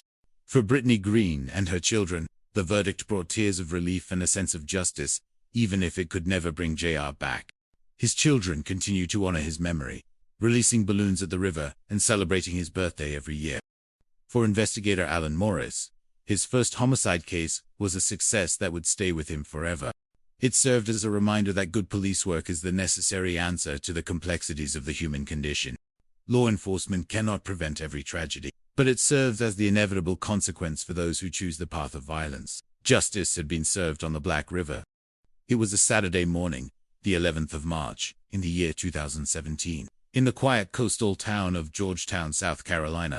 The air carried the heavy, humid scent of the lowcountry, a place where history and nature often intertwine in the shadows of Spanish moss and slow-moving waters. A local resident was plying his hobby of fishing on the Black River. seeking the solace that only the rhythmic casting of a line can provide. However, the tranquility of the morning was shattered when he noticed something in the water that did not look right. As he looked more closely, the realization hit him with the force of a physical blow. He was incredibly alarmed. This was not debris or a fallen log. This was a human body floating in the dark, tea-colored currents of the Black River. In the world of criminal investigation, every call is a herald of chaos, but for those who answer, it is a calling. Solving the unsolvable and catching a ruthless killer to find justice for the dead requires a rare breed of individual. This is the essence of being an American detective. Investigator Alan Morris was the man assigned to the call that day. In Georgetown, they used the title investigator instead of detective, perhaps because they are generalists, working everything from fraud cases and burglaries to bank robberies. As Maurice would say, a normal day can turn into a busy day really quickly. And truly, this job is life. Because the body was discovered in the county jurisdiction, the sheriff office responded. The call came in at approximately 1:30 that afternoon.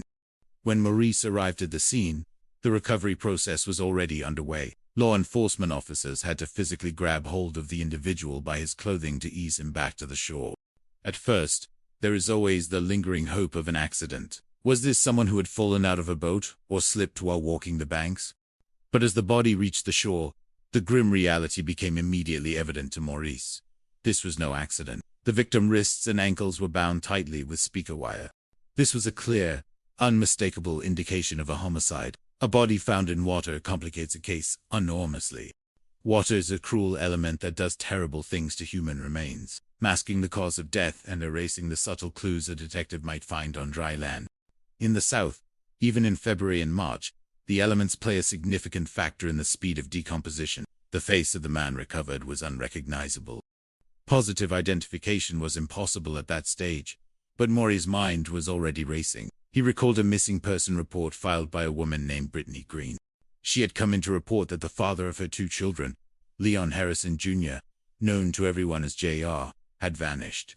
Though they no longer lived together, JR was a devoted father who routinely called every night to speak to his children. He had been silent for 2 weeks. As Maurice knew, a man with family, loved ones, and children does not just vanish off the face of the earth. Brittany described JR as a 32-year-old, African-American male with a distinctive rose tattoo on his inner right forearm. This tattoo would become the crucial link between a nameless body in the river and a missing father. For investigator Maurice, this was a milestone. Having generally worked property crimes, if this was indeed a homicide, it would be his very first. The weight of that responsibility was immense. The body was sent for an autopsy, an experience Maurice recalls as nerve-wracking. The first autopsy is a shock to the system, a gruesome encounter with the ultimate uncivilized way a person can leave this world. The medical examiner explained that, while the high level of decomposition made it difficult to determine a precise cause of death, the presence of the bindings made the ruling of homicide definitive. There were lacerations on the belly, but they were not deep enough to cause exam. In those waters, the presence of animals, and even alligators, must be considered, though alligators typically prefer live targets. The examiner suggested unforced trauma from a beating might have been involved, but certainty was elusive. Furthermore, in water, trace DNA and fingerprints rarely survive the passage of time. Despite the challenges, the autopsy provided the one thing Maurice needed. The rose tattoo. The missing person case was now officially a homicide investigation. In the world of detective work, you go from being the new guy to the old guy in about 30 minutes when a murder is on your hands. Maurice began by interviewing Brittany Green again. She painted a picture of JR as a funny, outgoing man with a big personality. He was a loving father who never missed a chance to cheer for his son during football games. But every life has its complications. When asked about enemies or issues, Brittany pointed to JR, estranged wife, Taysha. They had been married since September of the year 2015 but had recently broken up. JR had moved out, unhappy with the relationship. Suddenly, the investigators had a dead man with recent marital troubles. Locating Taysha proved difficult at first, so Maurice turned to JR phone records. On the evening of February 25th, there were 2 phone calls from a man named Samuel Pillman. Maurice tracked Pillman to the Quality Inn, but when the investigator identified himself over the phone, Pillman hung up. In the mind of a detective, hanging up on the law is a sure way to ensure a face-to-face meeting. However, When Maurice re-established contact, Pillman had an explanation. He had called JR to buy a small amount of grass for a birthday celebration. JR had a side hustle selling narcotics, a fact that Maurice noted but did not let cloud his judgment. Whether a drug dealer or a saint, the man had been murdered. Pillman's story jived with the phone records. The second call lasted only 15 to 20 seconds because JR never answered. Pillman was dropped as a suspect. Finally, Maurice located Taishra. She was working as a security guard at a steel mill where JR had also worked.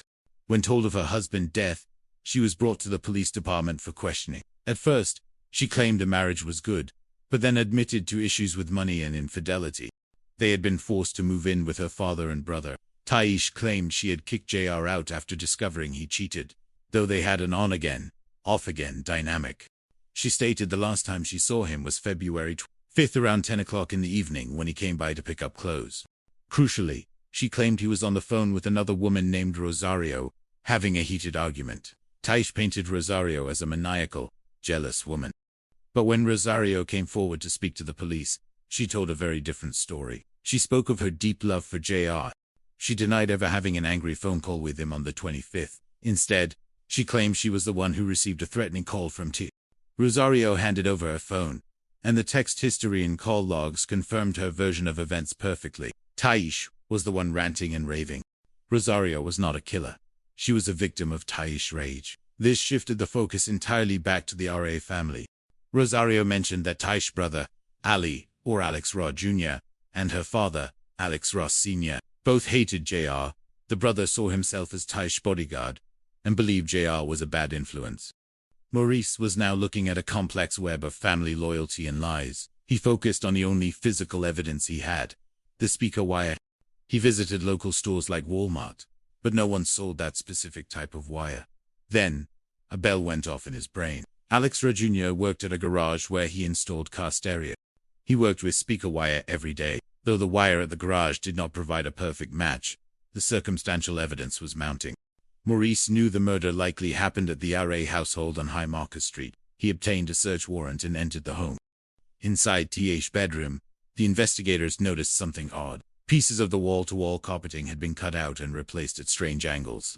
When they pulled up the carpet and the padding, they found the subfloor soaked in a massive bloodstain. There was also high-velocity blood spatter on the walls, indicative of a brutal beating.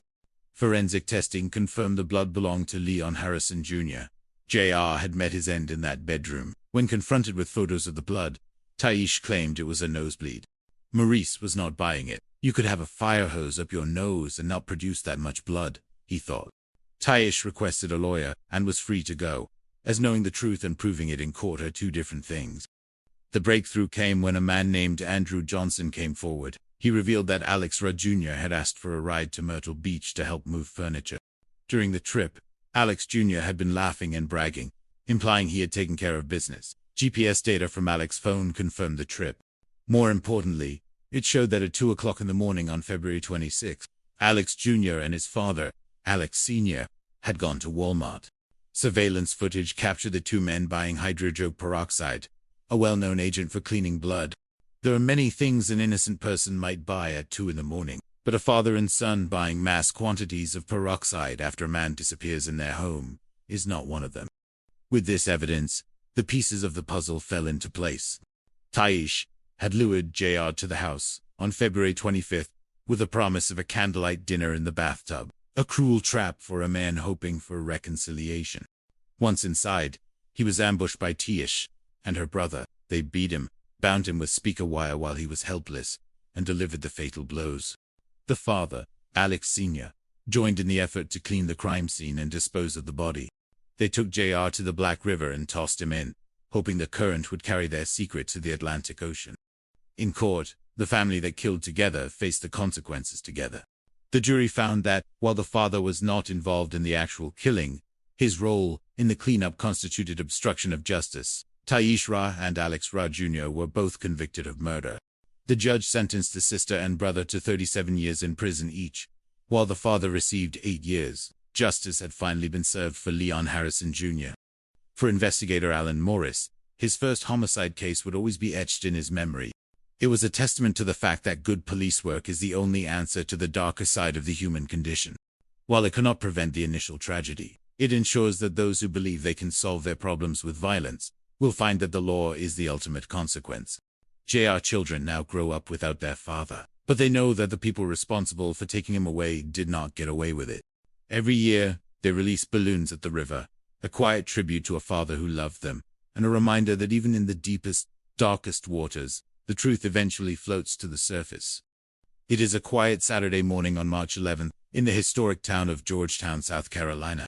The air carries the scent of salt and marshland, a typical atmosphere for a local resident who has headed out to the Black River to enjoy his hobby of fishing. The river is usually a place of peace, a sanctuary where the water moves slowly, reflecting the ancient cypress trees. However, as the fisherman casts his line, he notices something caught in the gentle current that does not belong. It is a shape, pale and unnatural, floating near the surface.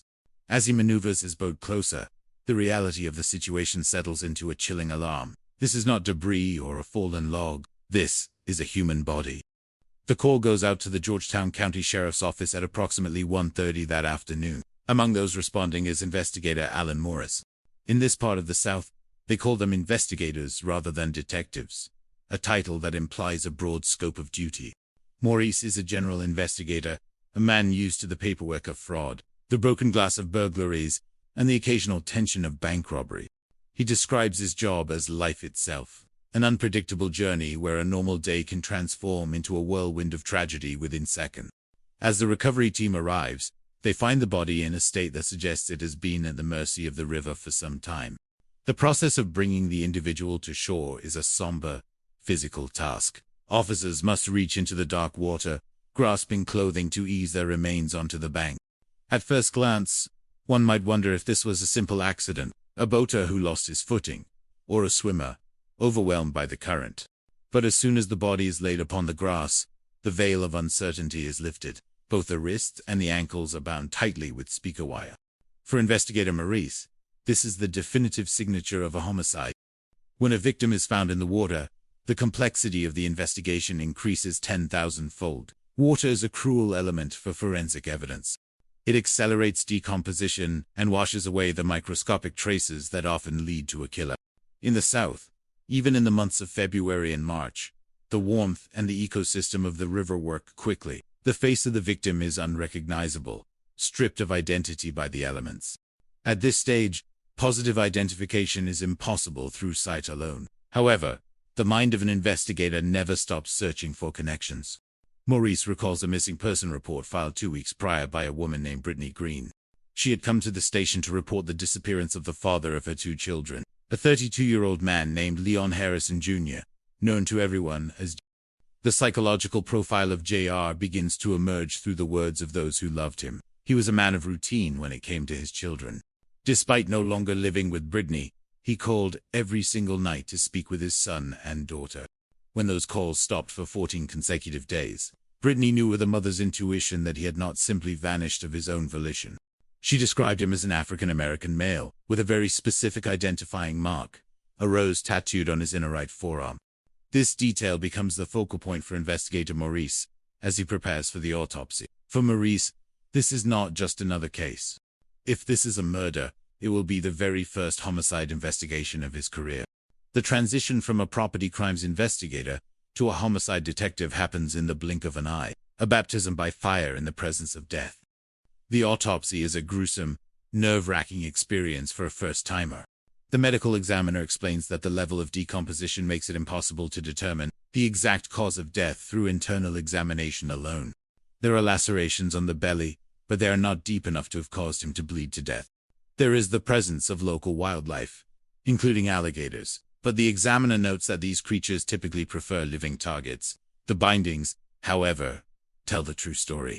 The speaker wire around the limbs is an act of calculated cruelty, a sign that JR was rendered helpless before his end. While the medical examiner suspects blunt force trauma, the most significant discovery is found on the right arm. There, amidst the decay, is the rose tattoo. The missing person case is officially closed, and a homicide investigation is born.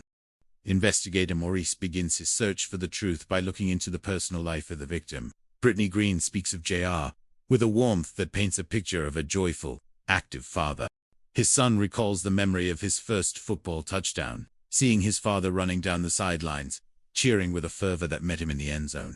This was a man with a big personality and a loving heart. However, every life has its shadows. Brittany reveals that JR had an estranged wife named Taish. They had married in September of 2015, but the relationship had soured. JR had been unhappy, eventually moving out of the home they shared with Taya's father and brother. This marital strife provides the first potential motive, a classic starting point for any detective. The investigation turns to phone records, the digital breadcrumbs of the modern age. On the evening of February 25th, JR received 2 phone calls from a man named Samuel Pillman. When Maurice attempts to contact Pillman at his workplace, and later at a local hotel, the reaction is suspicious. Pillman hangs up the phone as soon as the investigator identifies himself. In the world of criminal analysis, this is an immediate red flag. A man who refuses to speak to the police often has something to hide. However, Maurice persists, and when they finally speak, Pillman offers an explanation. He admits he was trying to buy marijuana from JR to celebrate a birthday. JR had a small side hustle selling grass, a detail that Maurice views with professional neutrality. To the investigator, JR was a victim of murder, and his choices regarding narcotics did not diminish his right to justice. Pillman claims that JR never showed up for the meeting, and the phone records support this. The second call Pillman made lasted only seconds because there was no answer. Samuel Pillman is cleared, and the focus shifts back to the estranged wife. Finding Taishru takes some effort, but eventually, Maurice locates her at a steel mill, where she works as a security guard. Interestingly, JR had worked at the same facility. When the news of her husband's death is delivered, the investigators observe her reaction closely. At first, Taish paints a picture of a functional marriage, but she eventually admits to deep-seated issues of infidelity on both sides. She claims the last time she saw JR was at 10 o'clock on the evening of February 25th, when he came by to pick up clothes. She introduces a new character into the narrative, a woman named Rosario, whom she describes as JR's girlfriend. Taish claims that during JR's visit, Rosario called him, and a heated, jealous argument ensued. According to Taish, Rosario was a maniacal, out-of-control woman. In the chess game of an investigation, this looks like a diversion. When Rosario comes forward to speak with the police, a completely different story emerges. She speaks of JR with genuine affection, explaining that she didn't report him missing because she didn't want to interfere with his complicated domestic situation. Rosario turns over her phone, and the text history provides a startling revelation. There was indeed a heated phone call on the night of the 25th, but it was not Rosario who was the aggressor. It was Taish. Taish had used JR's phone to call Rosario, screaming insults and threats. The digital evidence confirms Rosario's innocence and turns the spotlight squarely back onto the Rue family. The psychological landscape of the Rue household is one of intense loyalty and shared animosity. Rosario informs the investigators that Teus's brother, Alex Rue Jr., and her father, Alex Rue Sr., both harbored a deep hatred for Jay. They viewed him as a bad influence and a source of pain for T. Alex Jr., in particular, saw himself as his sister's bodyguard. With this information, the investigation gains a new direction. Maurice focuses on the one piece of physical evidence he has, the speaker wire. He discovers that Alex Rue Jr. works at a garage where he installs car audio systems. A bell rings in the investigator's mind. The wire used to bind JR is a tool of Alex Jr.'s trade. Although the specific wire at the shop does not provide a perfect match, the circumstantial link is growing stronger. The investigators decide it is time to look inside the Rue residence on High Market Street. With a search warrant in hand, they enter the home while the family waits outside. Inside Taish's bedroom, they find a scene that has been clumsily altered. Pieces of the wall-to-wall carpeting have been cut out and replaced at odd angles. When they pull up the carpet padding, they find the subfloor saturated with a dark stain. A presumptive test confirms it is blood. The sheer volume of blood suggests a life-threatening injury occurred in that room. There is high-velocity spatter on the walls, the kind that comes from a violent beating. The forensic lab later confirms the DNA matches Leon Harrison Jr. In the interrogation room, Maurice confronts Taish with the evidence of the blood. Her response is a desperate attempt at deception. She claims it was a nosebleed. Maurice, with a touch of grim irony, notes that one would need a fire hose up their nose to produce that much blood. The psychological wall Taish has built begins to show cracks, but she refuses to confess, eventually asking for a lawyer. The investigation is at a standstill, needing one more piece of the puzzle to prove who was involved in the cleanup and the disposal of the body. That piece comes from a man named Andrew Johnson. He tells the police that a few weeks after JR went missing, Alex Rue Jr. asked for a ride to Myrtle Beach. During that trip, Alex Jr. was acting strangely, laughing about how he could do business. This leads investigators to a massive haul of surveillance footage from a local Walmart. At 2:00 in the morning on February 26th, the night JR was killed, the cameras capture a chilling sight. Alex Rue Jr. and his father, Alex Rue Sr., are seen purchasing hydrogen peroxide. Hydrogen peroxide is a well-known cleaning agent for blood. This is the ultimate nail in the coffin. It proves that the entire family was involved in the aftermath of the murder. The narrative of that final night is reconstructed. Taish Rue, driven by a toxic mix of jealousy and revenge, lured JR to the house with the promise of a candlelight dinner and a bath. JR walked into a trap, believing in a reconciliation. Instead, he was met by Taish and her brother. He was beaten, subdued, and bound with speaker wire while still in that bedroom. The family then worked together to remove his body, transporting him to the Black River, with the hope that the current would carry their secrets into the Atlantic Ocean. They believed the water would wash away their sins, but they underestimated the resolve of the investigators and the river itself, which gave up its dead to ensure justice. In the court of law, the truth is finally laid bare. The jury finds that the father was primarily involved in the cleanup, leading to a conviction for obstruction of justice and a sentence of 8 years. Taish Rue and Alex Rue Jr. are convicted of murder. The judge sentences them each to 37 years in prison. For investigator Alan Moores, the conclusion of his first homicide case brings a sense of euphoric justice. For Brittany Green and her children, the verdict is a bittersweet victory. They continue to honor JR, releasing balloons at the river on his birthday, remembering the man who cheered from the sidelines. The story of Leon Harrison Jr. is a testament to the fact that while evil may plot in the shadows, the light of diligent investigation and the enduring power of family love will always prevail. Good police work remains the answer to the human condition, a necessary consequence for those who choose the path of violence. It was a Saturday morning, the 11th of March in the year 2017. In the quiet town of Georgetown, South, the air held the crispness of early spring, and the Black River flowed with its usual deceptive tranquility. A local resident, seeking the solace of his hobby, was fishing along the banks when the rhythm of the morning was shattered. He noticed something in the water that did not belong to the natural landscape of the river. As he leaned in to look more closely, the peacefulness of the day evaporated, replaced by an overwhelming sense of alarm. What he saw was a body floating in the Black River. To the casual observer, it was a tragedy. To a professional, it was a complex puzzle of human depravity. Solving the unsolvable and catching a ruthless killer to find justice for the dead requires a rare breed of individual. This is the essence of being an American detective. In this jurisdiction, however, they are referred to as investigators. Investigator Alan Morris, a man accustomed to the paperwork of fraud cases, burglaries, and bank robberies, was the one who answered the call. He was a general investigator, a role where a normal day could transform into a whirlwind of intensity in a matter of minutes. In his own words, this job was not just a career, it was life itself. The call reached the sheriff office at approximately 1:30 that afternoon. When investigator Maurice arrived at the scene, the recovery process was already underway. Law enforcement officers had to physically reach into the water, grasping the individual by his clothing to ease him back toward the shore. At first glance, one might wonder if this was a simple accident, perhaps someone falling from a boat. But as the body reached the land, the reality became chillingly clear. This was no accident. The victim's wrists and ankles were bound tightly with speaker wire. To a trained eye like that of Morris, this was the unmistakable signature of a homicide.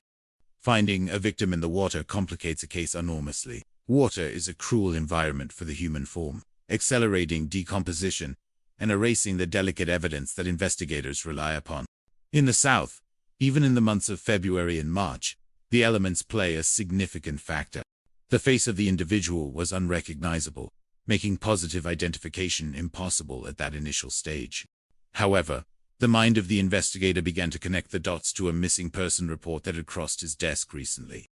A woman named Brittany Green had come forward to report the disappearance of Leon Harrison Jr., a man everyone called JR. He was the father of her 2 children. and though they no longer lived together, he was a constant presence in their lives. He called every single night to speak to his children, a routine that had been unbroken until 2 weeks prior. A man with a family, with loved ones who depend on him, does not simply vanish off the face of the earth without a reason. Brittany described JR as a 32-year-old African-American male with a very specific identifying mark, a rose tattooed on his inner right forearm. For investigator Maurice, this was a pivotal moment. He was primarily a property crimes investigator, and if this was confirmed as a homicide, it would be the first of his career. The body was sent for an autopsy, a process that Maurice found nerve-wracking and gruesome.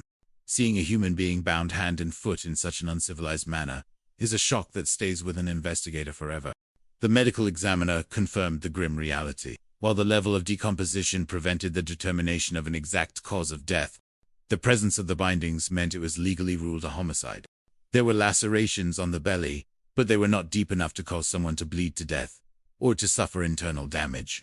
The presence of animals in the water made it difficult to interpret these marks further.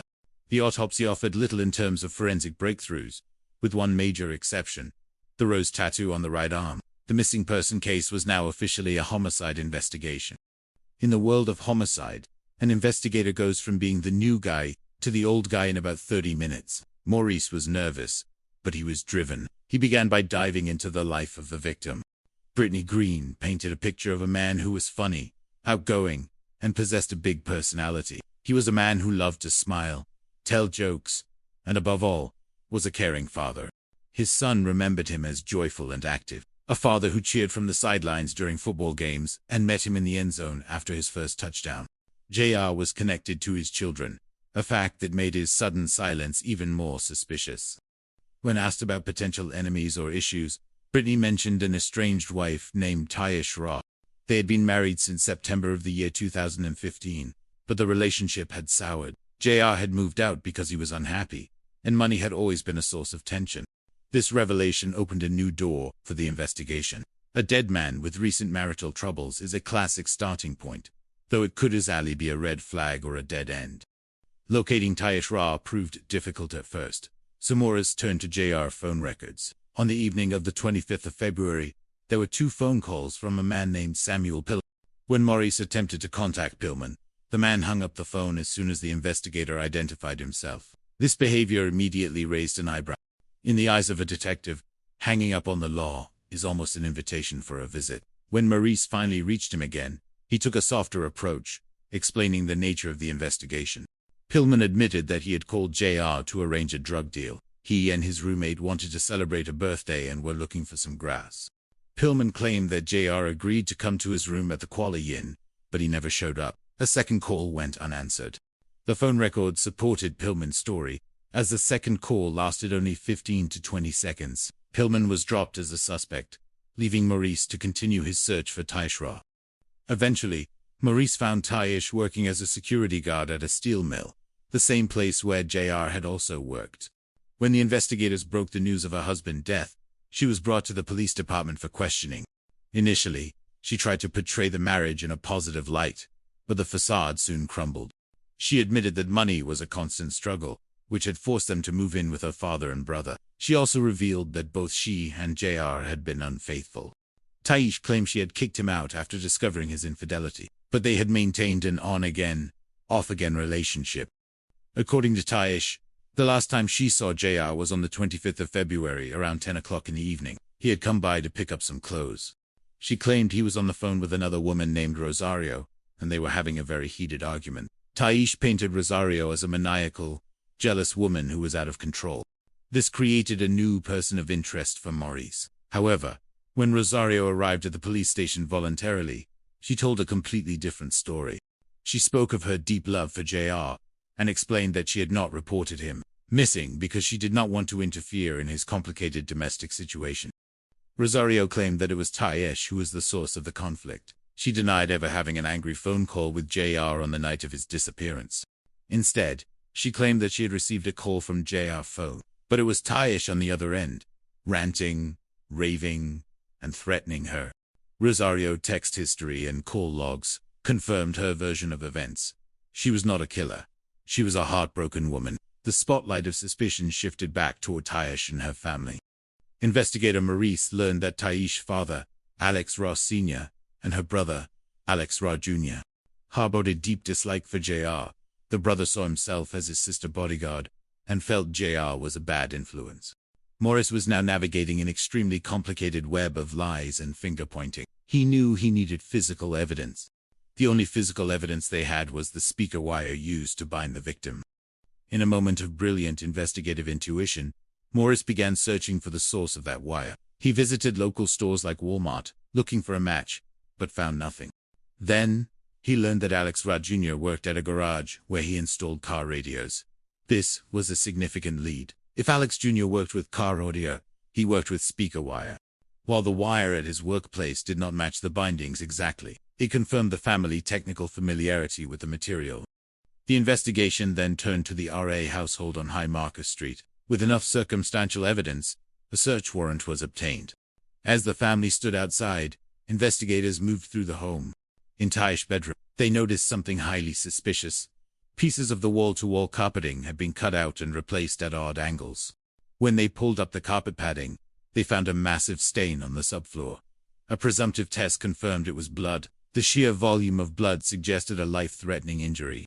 It was not a mere speck. It was a saturation that had soaked through the padding and into the wood below. There was also high-velocity spatter on the walls, indicating a violent beating had taken place in that room. Despite the overwhelming evidence, Taish remained defiant. She claimed the blood was from a nosebleed, a claim that Maurice met with appropriate skepticism. No nosebleed could produce that much blood. She insisted she would never hurt her husband, but the evidence told a story of a violent end within those four walls. However, knowing the truth and proving it in court are two different things. Maurice needed more to make an arrest. The breakthrough came when a man named Andrew Johnson stepped forward. He told police that 2 weeks after JR went missing, Alex Ross Jr. had asked him for a ride to Myrtle Beach. During that trip, Alex Jr. had made incriminating comments while laughing about the situation. GPS data from Alex Jr.'s phone confirmed that the trip took place. More importantly, the phone records revealed that at 2 o'clock in the morning on the 26th of February, Alex Jr. and his father, Alex Sr., had visited a local Walmart. Security footage from the store showed the two men purchasing hydrogen peroxide. Hydrogen peroxide is a well-known cleaning agent for removing blood. The image of the father and son buying cleaning supplies in the middle of the night, hours after JR was last seen alive, was the final piece of the puzzle. It was a calculated effort by the family to clean up a crime scene. The investigators were finally able to reconstruct the tragic events of that night. Driven by jealousy and rage over their failing marriage, Taish had lured JR to the house with the promise of a candlelight dinner and a bath. JR, perhaps hoping for a reconciliation, walked into a trap. Once inside the bedroom, he was ambushed by Taish and her brother. He was subdued, beaten, and bound with speaker wire, rendered completely helpless. The family then worked together to transport his body to the Black River, hoping the current would carry him to the Atlantic Ocean and erase their crime forever. In the end, justice was served. The jury found that while the father was primarily involved in the cleanup and charged him with obstruction of justice, Taish and Alex Jr. were the primary killers. They were convicted of murder. The judge sentenced Taish and her brother to 37 years in prison each, while the father received a sentence of 8 years. For the family of Leon Harrison Jr., the verdict brought tears of relief. While his children would grow up without their father presence at their football games or during their teenage years, they knew that the people responsible for his death would face the consequences. This case, the first homicide for investigator Alan Moore, remains a testament to the fact that while good police work cannot prevent the darkness of the human condition, it ensures that those who choose to walk in that darkness will eventually face the light of justice. We are the consequences for your behavior. That is what a detective does. It is the ultimate test of skill, and in the quiet town of Georgetown, the truth finally rose to the surface of the Black River. It was a Saturday morning on March 11th. The air held the familiar humidity of the South, and for one local resident, the day was supposed to be defined by the simple, rhythmic peace of fishing on the Black River. However, nature has a way of revealing secrets that were meant to stay submerged. As the fisherman scanned the water, his eyes caught something that defied the natural landscape. It was a shape, a presence that did not belong among the cypress knees and slow-moving currents. Upon closer inspection, the serenity of his morning vanished, replaced by an alarm that would soon ripple through the entire community. What he had discovered was a body, floating silently in the dark waters of the Black River. In the world of law enforcement, such a discovery marks the end of peace and the beginning of a grim, meticulous journey toward the truth. Solving a murder requires a rare breed of individual, someone capable of looking past the horror to find the logic, someone driven to find justice for those who can no longer speak for themselves.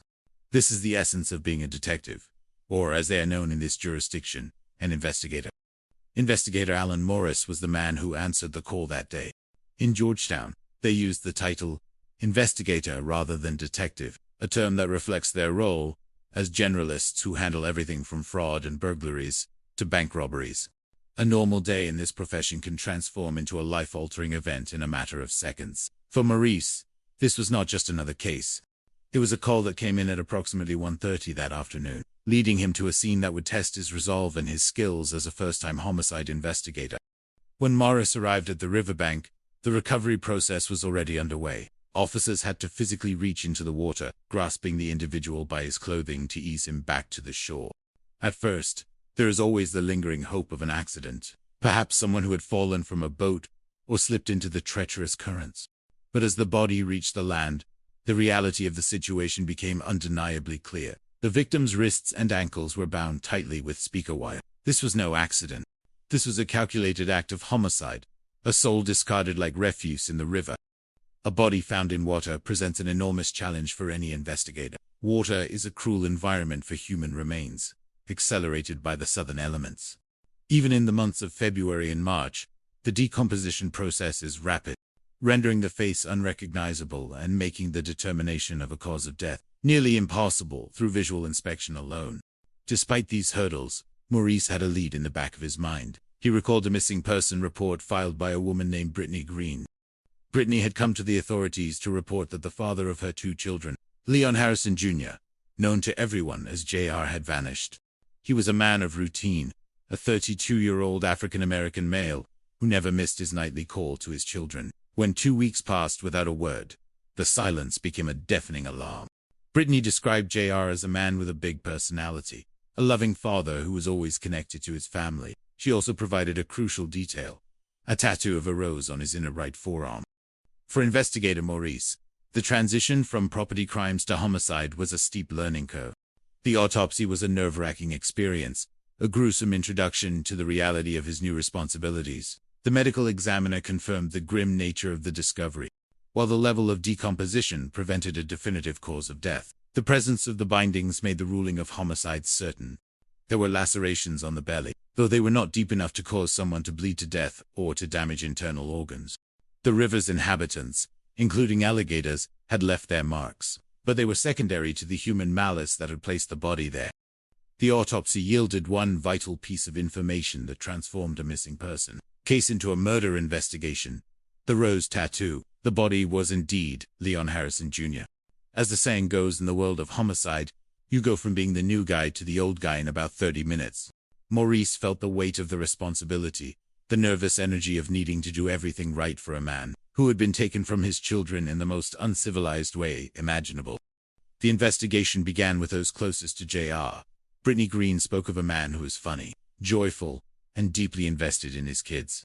His son remembered him as a father who cheered from the sidelines of every football game, meeting him in the end zone with pure excitement.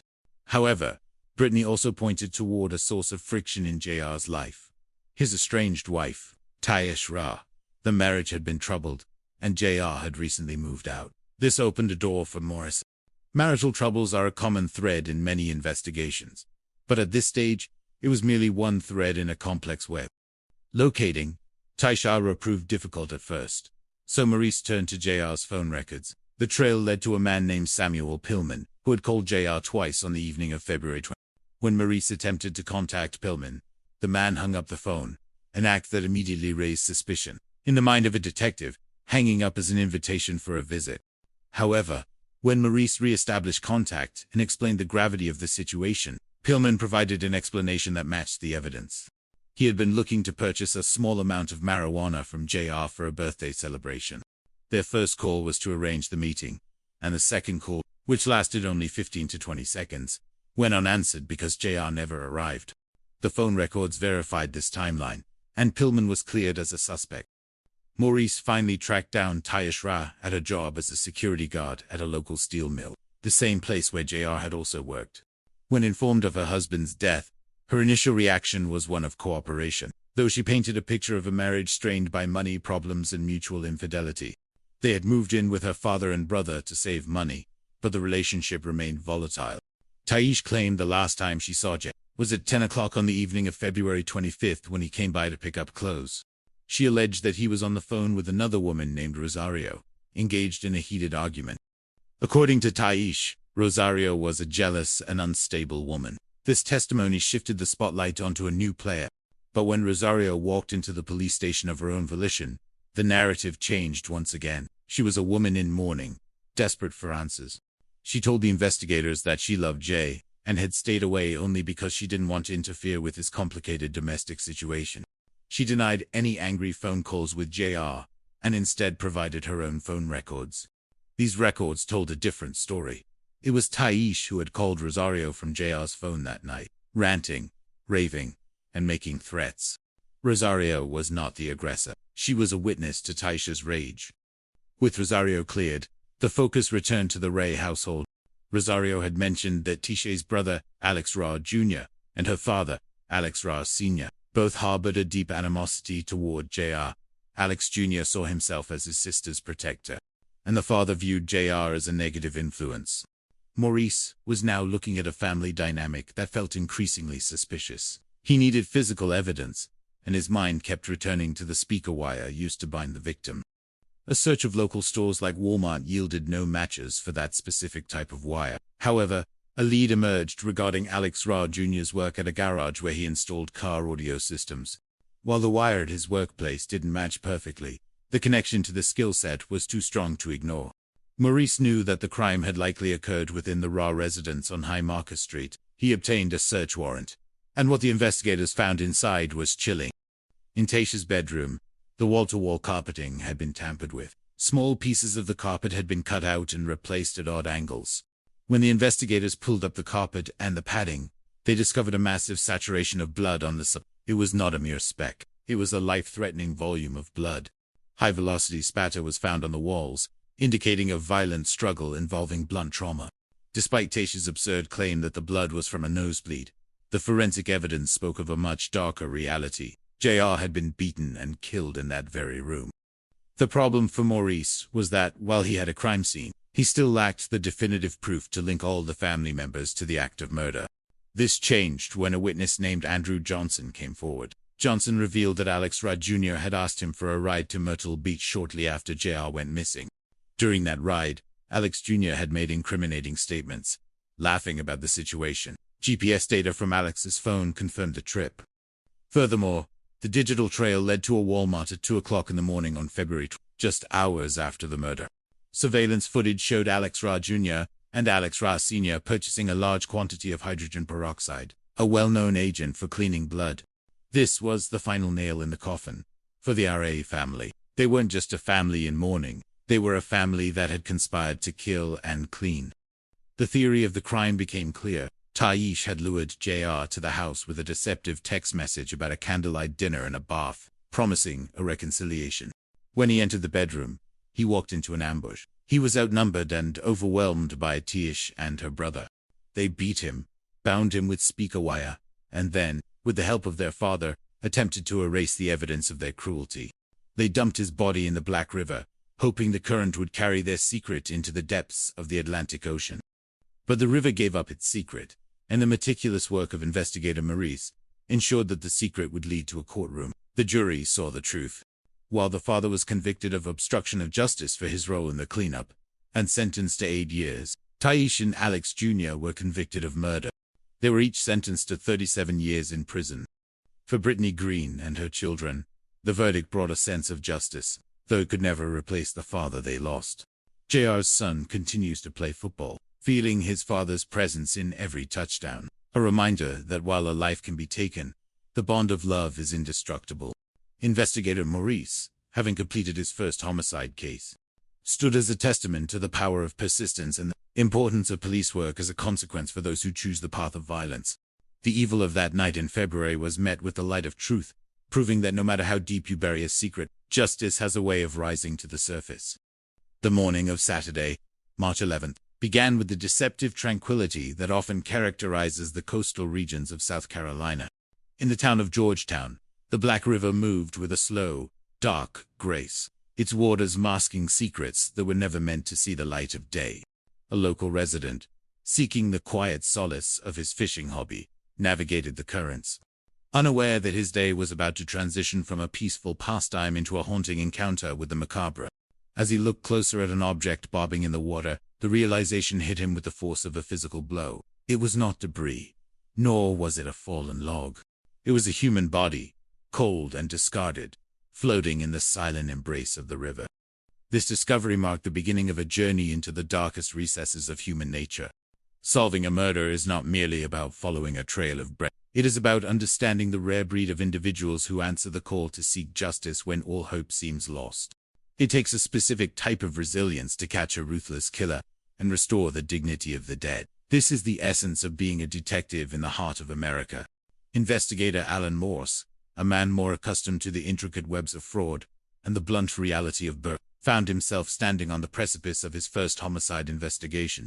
In Georgetown, the title of investigator often implies a generalist role, a professional who handles everything from bank robberies to property crimes. But as the call came in at approximately 1:30 in the afternoon, Morris knew that this was